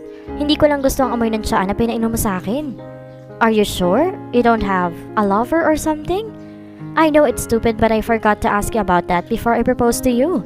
Wala akong lover. Hindi pa ako nagkaka-boyfriend kahit kailan. Never? So you're... I'm what? You've never... Yes? Never mind. Pinatakbo na nito ang sasakyan. Papunta si Caroline sa booth niya nang hawakan ni Louise ang kamay niya. Sinuri nito ang singsing niya. What is this ring? Engagement ring ba ito? Pero bakit parang kakaibang design? It looks more like... Nakabuka ang bibig na tumingin ito sa mukha niya. A wedding ring! An expensive wedding ring! Pagbibigay konklusyon nito. Binawi niya ang kanyang kamay. I'm going to my desk. Pinigilan siya nito. Sandali, kanino ka nagpakasal? Nagpatumpik-tumpik muna siya bago siya napilitang umamin dito. Hindi naman siya pinagbawalan ni Archie na ipagsabi na kasal siya. Kaya maaari siya, siguro niya iyong ipaalam sa kaopisina niya. Kay Archie. Namilog ang mga mata nito. Kayo ni Sir Archie? Ikinasal? Oh my God! Kaya ka ba niya pinuntahan dito kahapon? May lihim kayong relasyon? Hindi niya kinumpirma iyon. Wala kasi silang naging relasyon ni Archie bago sila ikinasal kahapon. I can't believe it! You married our woman hater boss? Bulalas nito. Pagkatapos ay nag-ibaan tingin nito sa kanya. Naging mapanghusga iyon.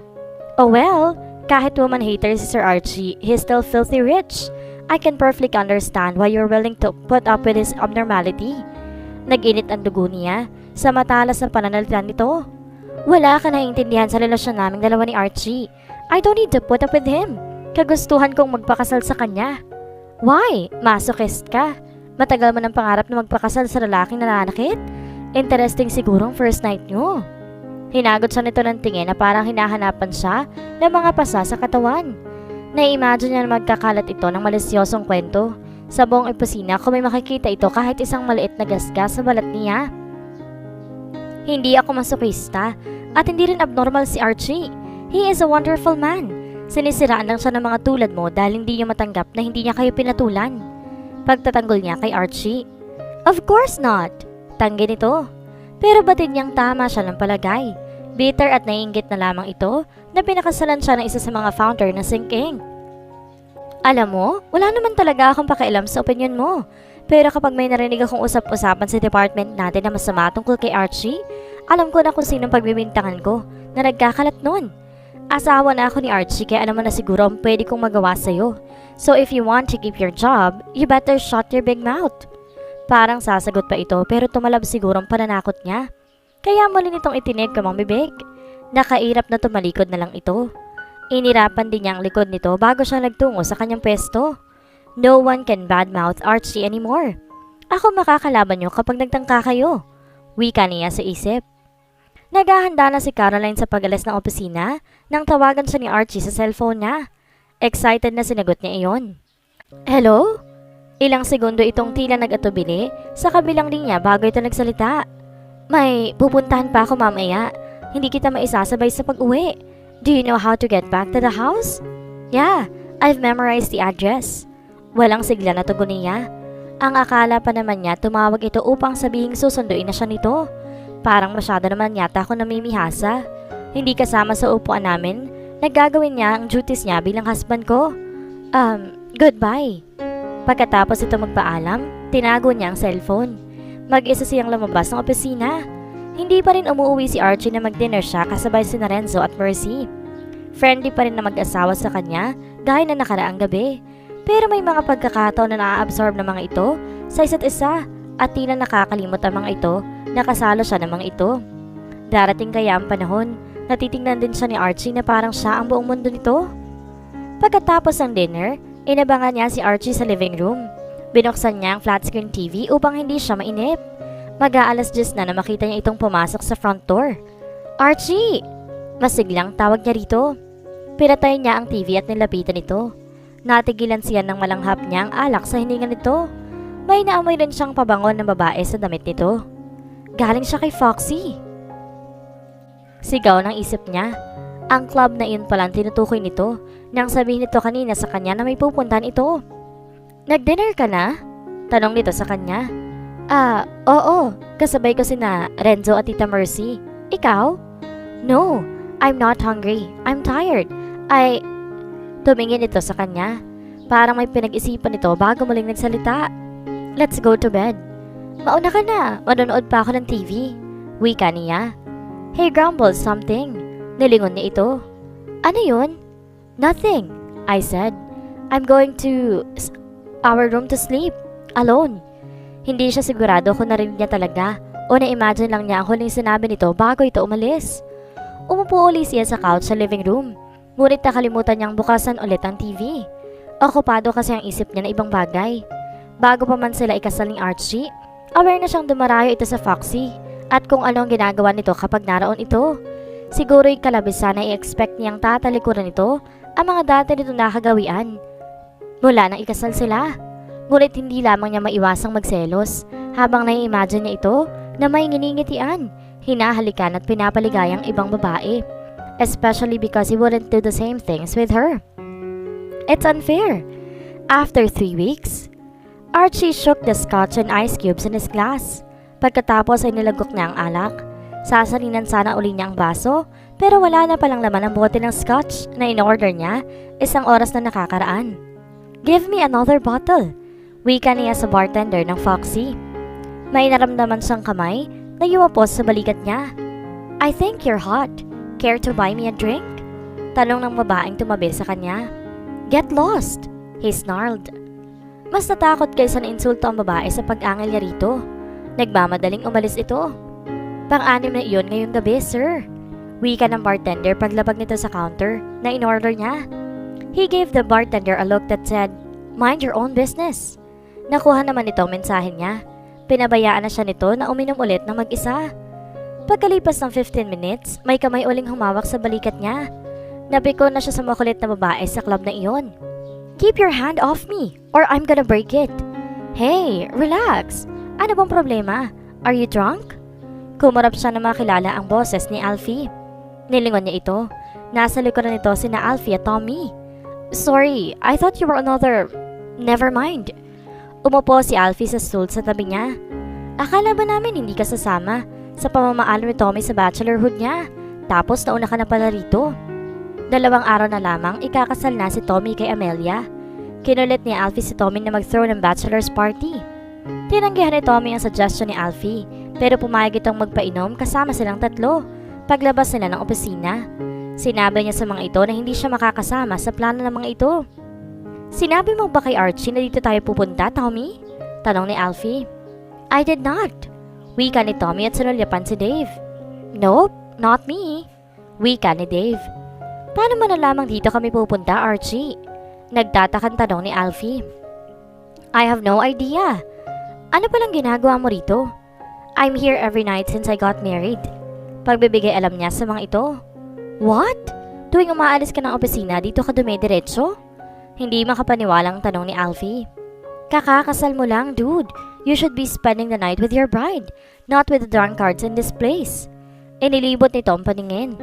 And the hot chicks too. Wow, okay pala rito. What's wrong, Archie? Tanong ni Dave. Umupo ito sa kabilang upuan sa tabi niya. Everything is wrong in my marriage. Sagot niya. Nagsisisi ka na bang pinakasalan mo si Caroline? O sisa ni Alfie? Huwag mong sabihing hindi nabubuhay ng asawa mo si Manoy. Yun bang dahilan kung bakit iniiwasan mong umuwi na maaga? You don't want her to find out that the equipment is not working?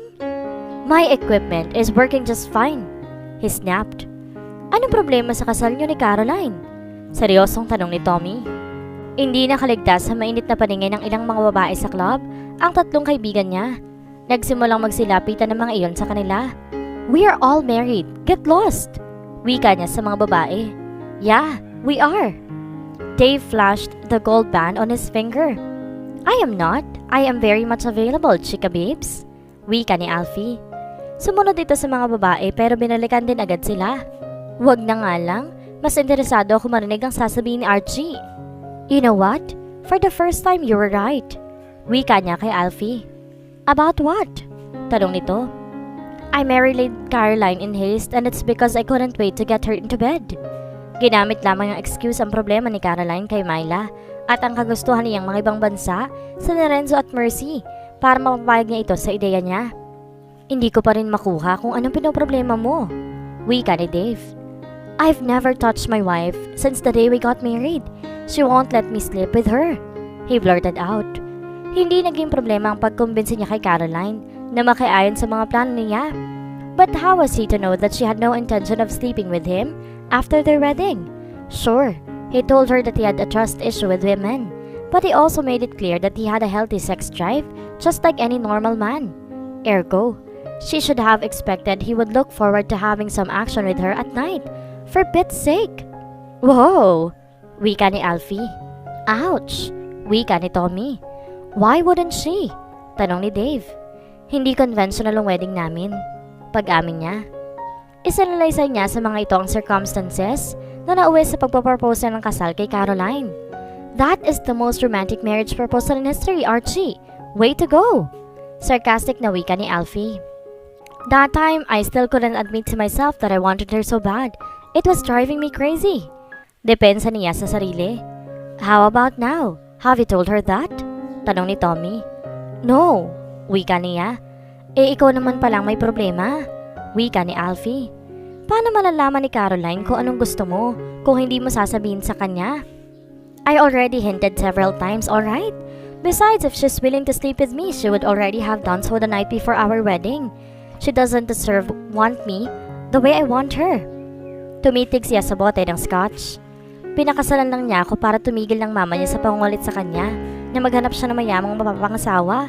But she doesn't see me as her real husband. She doesn't want me to be her husband. She is a virgin, you know? Virgins don't easily surrender themselves to men they don't care about. Baka pinipreserve niyang virginity niya. That way, kapag may nakilala siyang lalaking magugustuhan niya at mag-decide siya na magpakasal uli, may ibigay niya ng buo ang sarili niya sa lalaking yun.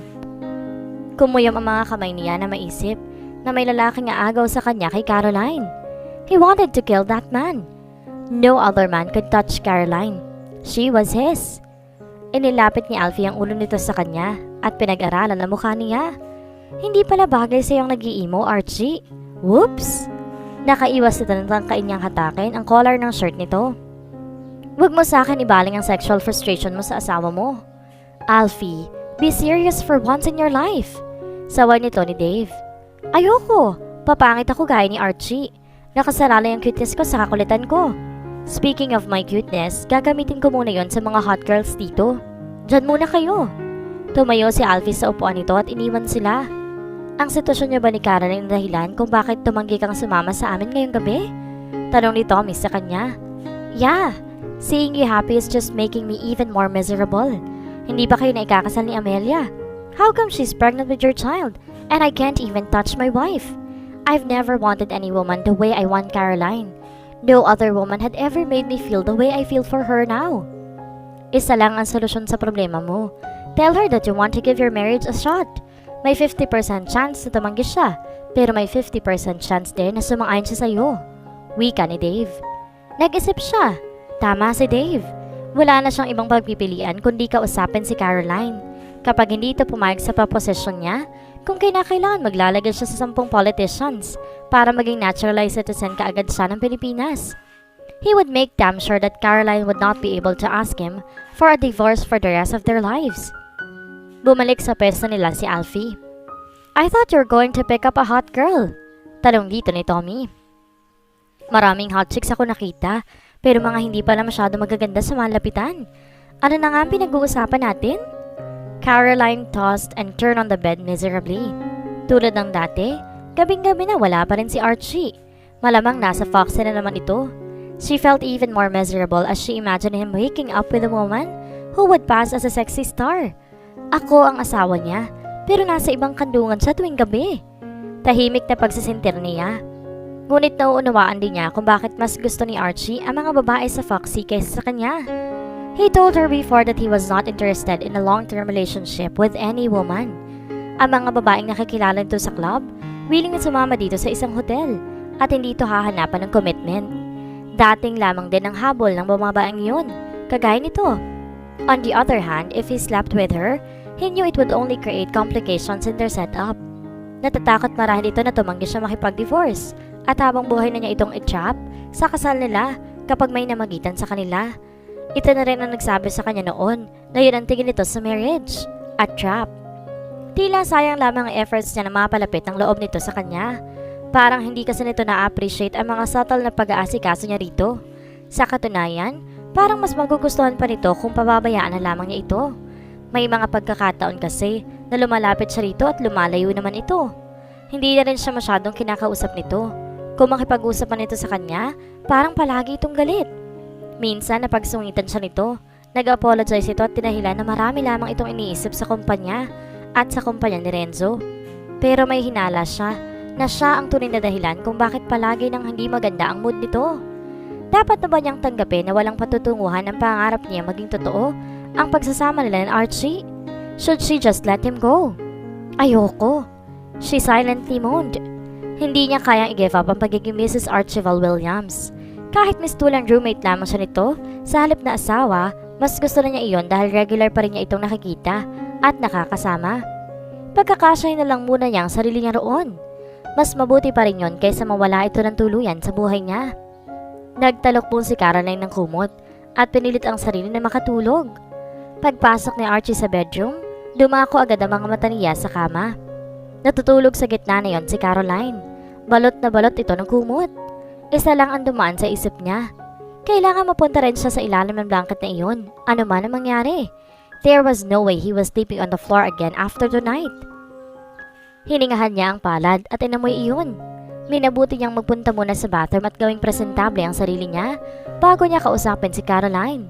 He was reeking of alcohol. Baka sa halip na pasukubin siya nito sa kumot ay sipain pa siya nito palayo dahil sa pandidiri sa kanya. He only had one shot at making their marriage work. He could not screw it up. Naalimpungatan si Caroline sa mga kaluskos na naririnig niya. Napansin niya nakabukas ang ilaw sa bathroom. Bloody hell! Narinig niya ang sambit ni Archie mula sa loob niyon. Bumangon siya. Sumilip siya sa bahagyang nakabukas na pinto ng bathroom. Nakatayo si Archie sa harap ng salamin. Bagong shower ito. May hawak itong pang-ahit. It seemed that he had naked himself. Pumaling ang mukha nito sa kanya. Parang natuliro ito nang makita siya nakatayo sa pintuan. May sugat ka sa leeg, wika niya. Dahil sa pag-aalala niya rito, tuloy na siyang pumasok sa bathroom upang masuri ang dumudugong sugat nito. Binuksan niya ang cabinet at kumuha roon ng antibacterial ointment. Akmang lalagyan niya ng ointment ang sugat nito, pero huminto siya nang maisip na baka hindi dito ma-appreciate iyon. Mas maganda na siguro na ikaw na lang ang maglagay ng gamot sa sugat mo, wika niya. Humakbang siya pa atras, pero pinigilan siya nito sa braso. Don't go! Ituloy mo ang gagawin mo. Nag-aatabiling pinahira niya ng ointment ang sugat nito sa leeg. Nakita niya ang pagtaas baba ng Adam's apple nito. Wala sa loob na tumingin siya sa towel na nakatapi sa baywang nito. Naduduling lang ba siya o mayroon talagang prominenteng nakabakat sa tuwalya? Nagmamadaling tinakpan ulit niya ang ointment at nilapag iyon sa sink. Matutulog na uli ako, wika niya kay Archie. Nagmamadaling lumabas siya ng bathroom at sumampa sa kama. Lumabas din ito ng bathroom. Caroline, we need to talk. Hinahagod nito ng tingin ang kabuuan niya, as if he was mesmerized at the sight of her lying down on the bed. Humakbang ito patungo sa kama, nang hindi inaalis ang tingin sa kanya. Tinakpan niya ng kumot ang katawan niya. Ano ang pag-uusapan natin? Tanong niya. Hindi ito sumagot. Patuloy lamang ito sa paglapit sa kanya. He joined her on the bed. With his arms supporting himself, he positioned himself on top of her. Tinanggal nito ang kumot sa kanya. Sa sobrang pagkatuliro ni Caroline, hindi siya nakakilos. Nakatitig lang siya sa mukha ni Archie. She gasped when he buried his face on her neck and kissed her warm skin. Oh boy! Hinalikan din ito ang kabilang bahagi ng leeg niya. Hindi yata niya kakayanin ang naiisip niyang gagawin ito. Ngayon pa lamang kasi para na siyang hihimatayin na aatakihin sa puso na hindi niya mawari. Mag-uusap pa tayo or what? Tanong niya rito. Let's skip the talking part. I want you, now. Nagmamadaling hinubad nito sa kanya ang kamison niya. Otomatikong tinakpan ni Caroline ang braso ang dibdib niya. She was not wearing a bra. Inalis ni Archie ang braso niya. Ipinalit na mukha nito sa pwesto niyon. Hindi siya nag-pass out o inatake sa puso, pero pakiramdam niya nanganganib siyang mawala sa katinoan. Para itong uhaw na uhaw at gutom na gutom. His mouth and hands were all over her. She felt like he wanted to consume her all at once. Archie kissed her deeply in the mouth before he entered her. Napasinghap siya ng malakas. Nang humalili ang kirot sa masarap na sensasyong kanina, ay umaalipin sa kanya. He tried to slow down, pero tila nahihirapan itong kontrolin ng sarili. Kinagat niya ang maliin niyang kanlabi. Eventually, the pain subsided and it got better. Ngumiti siya na bigsak nito ang katawan sa tabi niya maya-maya. Yumakap siya rito. Hindi nito inalis sa dibdib nito ang mga braso niya. She fell asleep peacefully. Pagkagising ni Caroline kinaumagahan, napangiti siya na makitang magkatabi pa rin sila ni Archie. She cuddled to his side. He stared and then he opened his eyes. He froze when he saw her. Para siyang sinibat sa puso sa naging reaksyon nito. Sino ba nagsabi sa kanya na nagbago ng tingin nito sa kanya pagkatapos ng pinagsaluhan nila? For all she knew, epekto lamang ito ng espiritu ng alak kaya nangyari yun. Baka hindi lang niya napansin na lasing ito kagabi. Ngayong malinaw na ang isip nito, nagsisingkin na rito magiging consequences na namagitan sa kanila. Lumayo siya rito at tinakpan ng kumot ang hubad na katawan. Sumandal ito sa headboard. Parang hindi alam kung paano siya haharapin. Tumikim ito. It's Saturday. We don't have to go to the office. Wika nito. I know. Bumaba ito ng kama, kumuha ng mga damit sa closet at nagbihis.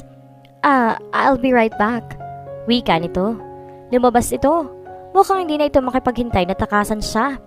Sinisisi ni Caroline ang kanyang sarili. Alam na niyang iniiwasan ni Archie na maging physically intimate sa kanya upang hindi maging komplikado ang setup nila. Pero, hinayaan pa rin niyang mangyari iyon kagabi. Ngayon ay siguradong mas nalayo ito sa kanya. Baka nga pinag-iisipan na nito kung paano sasabihin sa kanya na kailangan na niyang umalis sa bahay ng pamilya nito. Maya-maya pa, pumasok ulit ito sa silid. May dala itong breakfast tray. Nagtatakang bumangon si Caroline paupo at tinignan ito nang tumabi ito sa kanya sa kama. Breakfast in bed! Wika nito. Wala sa loob na tinanggap niya ang tray mula rito. Para saan to? I want to apologize for last night. Her throat constricted. Sinasabi niya nga ba niya at pinagsisihan nito ang nangyari sa kanila. He touched the wand on her lower lip. I hurt you last night, didn't I? I hated myself for that. I hate myself for losing control like that. Tinignan niya ito. Hindi niya inaasahang marinig iyon ang hinihingi nito ng paumanhin sa kanya. I know that I screwed up, but I'm hoping that you don't hate me. It's just that I've wanted you for so long, and when I finally got the chance to make love to you, I found it hard to hold back. Is that true? Have you really wanted me for a long time? Tanong niya sa mababang tinig. Nahihirapan siyang paniwalaan ang ipinahayag nito. Since the moment I set my eyes on you in the copper room, I could not explain what happened to me when I first saw you. Tila nag-isip ito. Maybe that's only because I did not believe that love at first sight could ever happen to me before. Now, I do. That's the only logical explanation why you got under my skin in 3 seconds flat. Caroline stared at him, slaw-jacked. Halos 2 buwan pa lang ba talaga ang nakakaraan na makasama ito sa coffee's house at ipinahayag nito malaking disgusto nito sa mga babae. Parang hindi na kasi niya maikonekta. Ang Archie na iyon, sa lalaki nagpapahanap ng pagmamahal nito sa kanya ngayon. I told you last night that there was something I wanted to discuss with you. Wika nito. Nakanganga pa rin at tumango lamang siya. Gusto kong malaman mo na maaaring ginamit kong dahilan ng mga problema natin. Pero hindi isang arrangement lamang para maikasal tayo. I intend to make our marriage real in every sense. Na ipagpilitan mga tulog sa sahig, doon ko na lang nalaman na hindi tayo pareho ng gusto. It made me so miserable every single day. I turned to alcohol. Sa alcohol at sa ibang babae? Wika niyang sa wakas ay mahagilap niya ang dila niya. What are you talking about? I've only been with one woman since the day I first saw you. Isa? Talaga? After our encounter in the coffee room, I could not stop thinking of you. So I went to Foxy and he winced. Ayoko nang alalahanin ng gabing yun. It was horrible. Making out with the woman in the restroom was horrible, huh? She wanted to tease him. Pero hindi niya nagawa ayon dahil hindi niya gustong madagdagan ang discomfort nito. Ang mahalagay na laman niyang pinagsisihan nito ang pangyayaring iyon. Hindi rin pala totoo ang pinangangambahan niya gabi-gabi na may kasama itong ibang babae. Back to what I was saying. Kinukumbinsi ako ni Dave at Tommy na sabihin sa'yo na bigyan ng chance sa marriage natin. Yun ang gusto kong sabihin sa'yo last night before I got distracted. Alam kong hindi tayo dumaan sa courtship stage. I did not give you a chance to know me well before we got hitched. But I hope you will consider giving our marriage a shot. Mas napailing si Caroline. Wala itong kamalay-malay na pareho lamang sila ng gusto. At hindi na nito kailangan pa makiusap sa kanya na tanggapin niya ito bilang asawa niya. I don't need to know you better. Tinanggap kita ng buo nang matutunan kitang mahalin. Wika niya. He was the one slack-jawed now. Batid niyang hindi dito inaasahang marinig na mahal din niya ito. Minsan nakaka-overwhelm talaga kapag nakamit ng isang tao ang bagay na pinaka-aasam nito. Nag-volunteer lang naman ako matulog sa sahig that night dahil tumatak sa akin na sinabi mo na wala kang tiwala sa mga babae. Nag-alala ako na kapag nakita ako ng motibo, ma-misinterpret mo na siniseduce kita para hindi ka mawala sa akin. I decided na unti-unti ang pagtuturo sa'yo na i-appreciate ako bilang babae. Patuloy niya. You really love me? Nakangiti ng tanong nito. It was the very first time he smiled at her. Yes, that is the only reason why I agreed to marry you. Hindi ang mama ko. In my heart, I knew that you are the only man I'd want to marry. Naisip kong bigyan na ako ng tadhana ng chance. Baliw ako kung pakakawalan ko pa yun. Kinuha nito sa kanya ang breakfast tray at ipinatong iyon sa night table. Afterwards, he gathered her in the arms. I also don't see myself marrying another woman.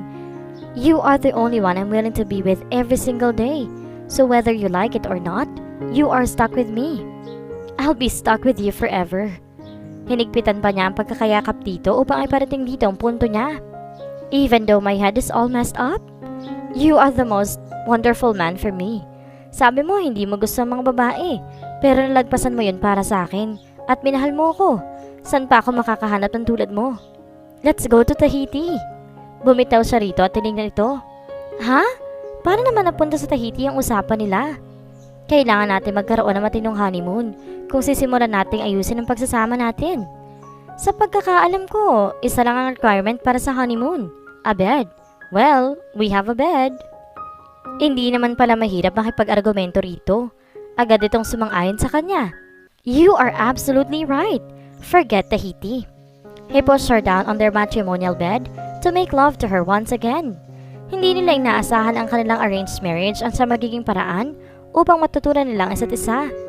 At ngayong kasal na sila, ang pagbuo ng kanilang sariling pamilya ang ipra-priority nila.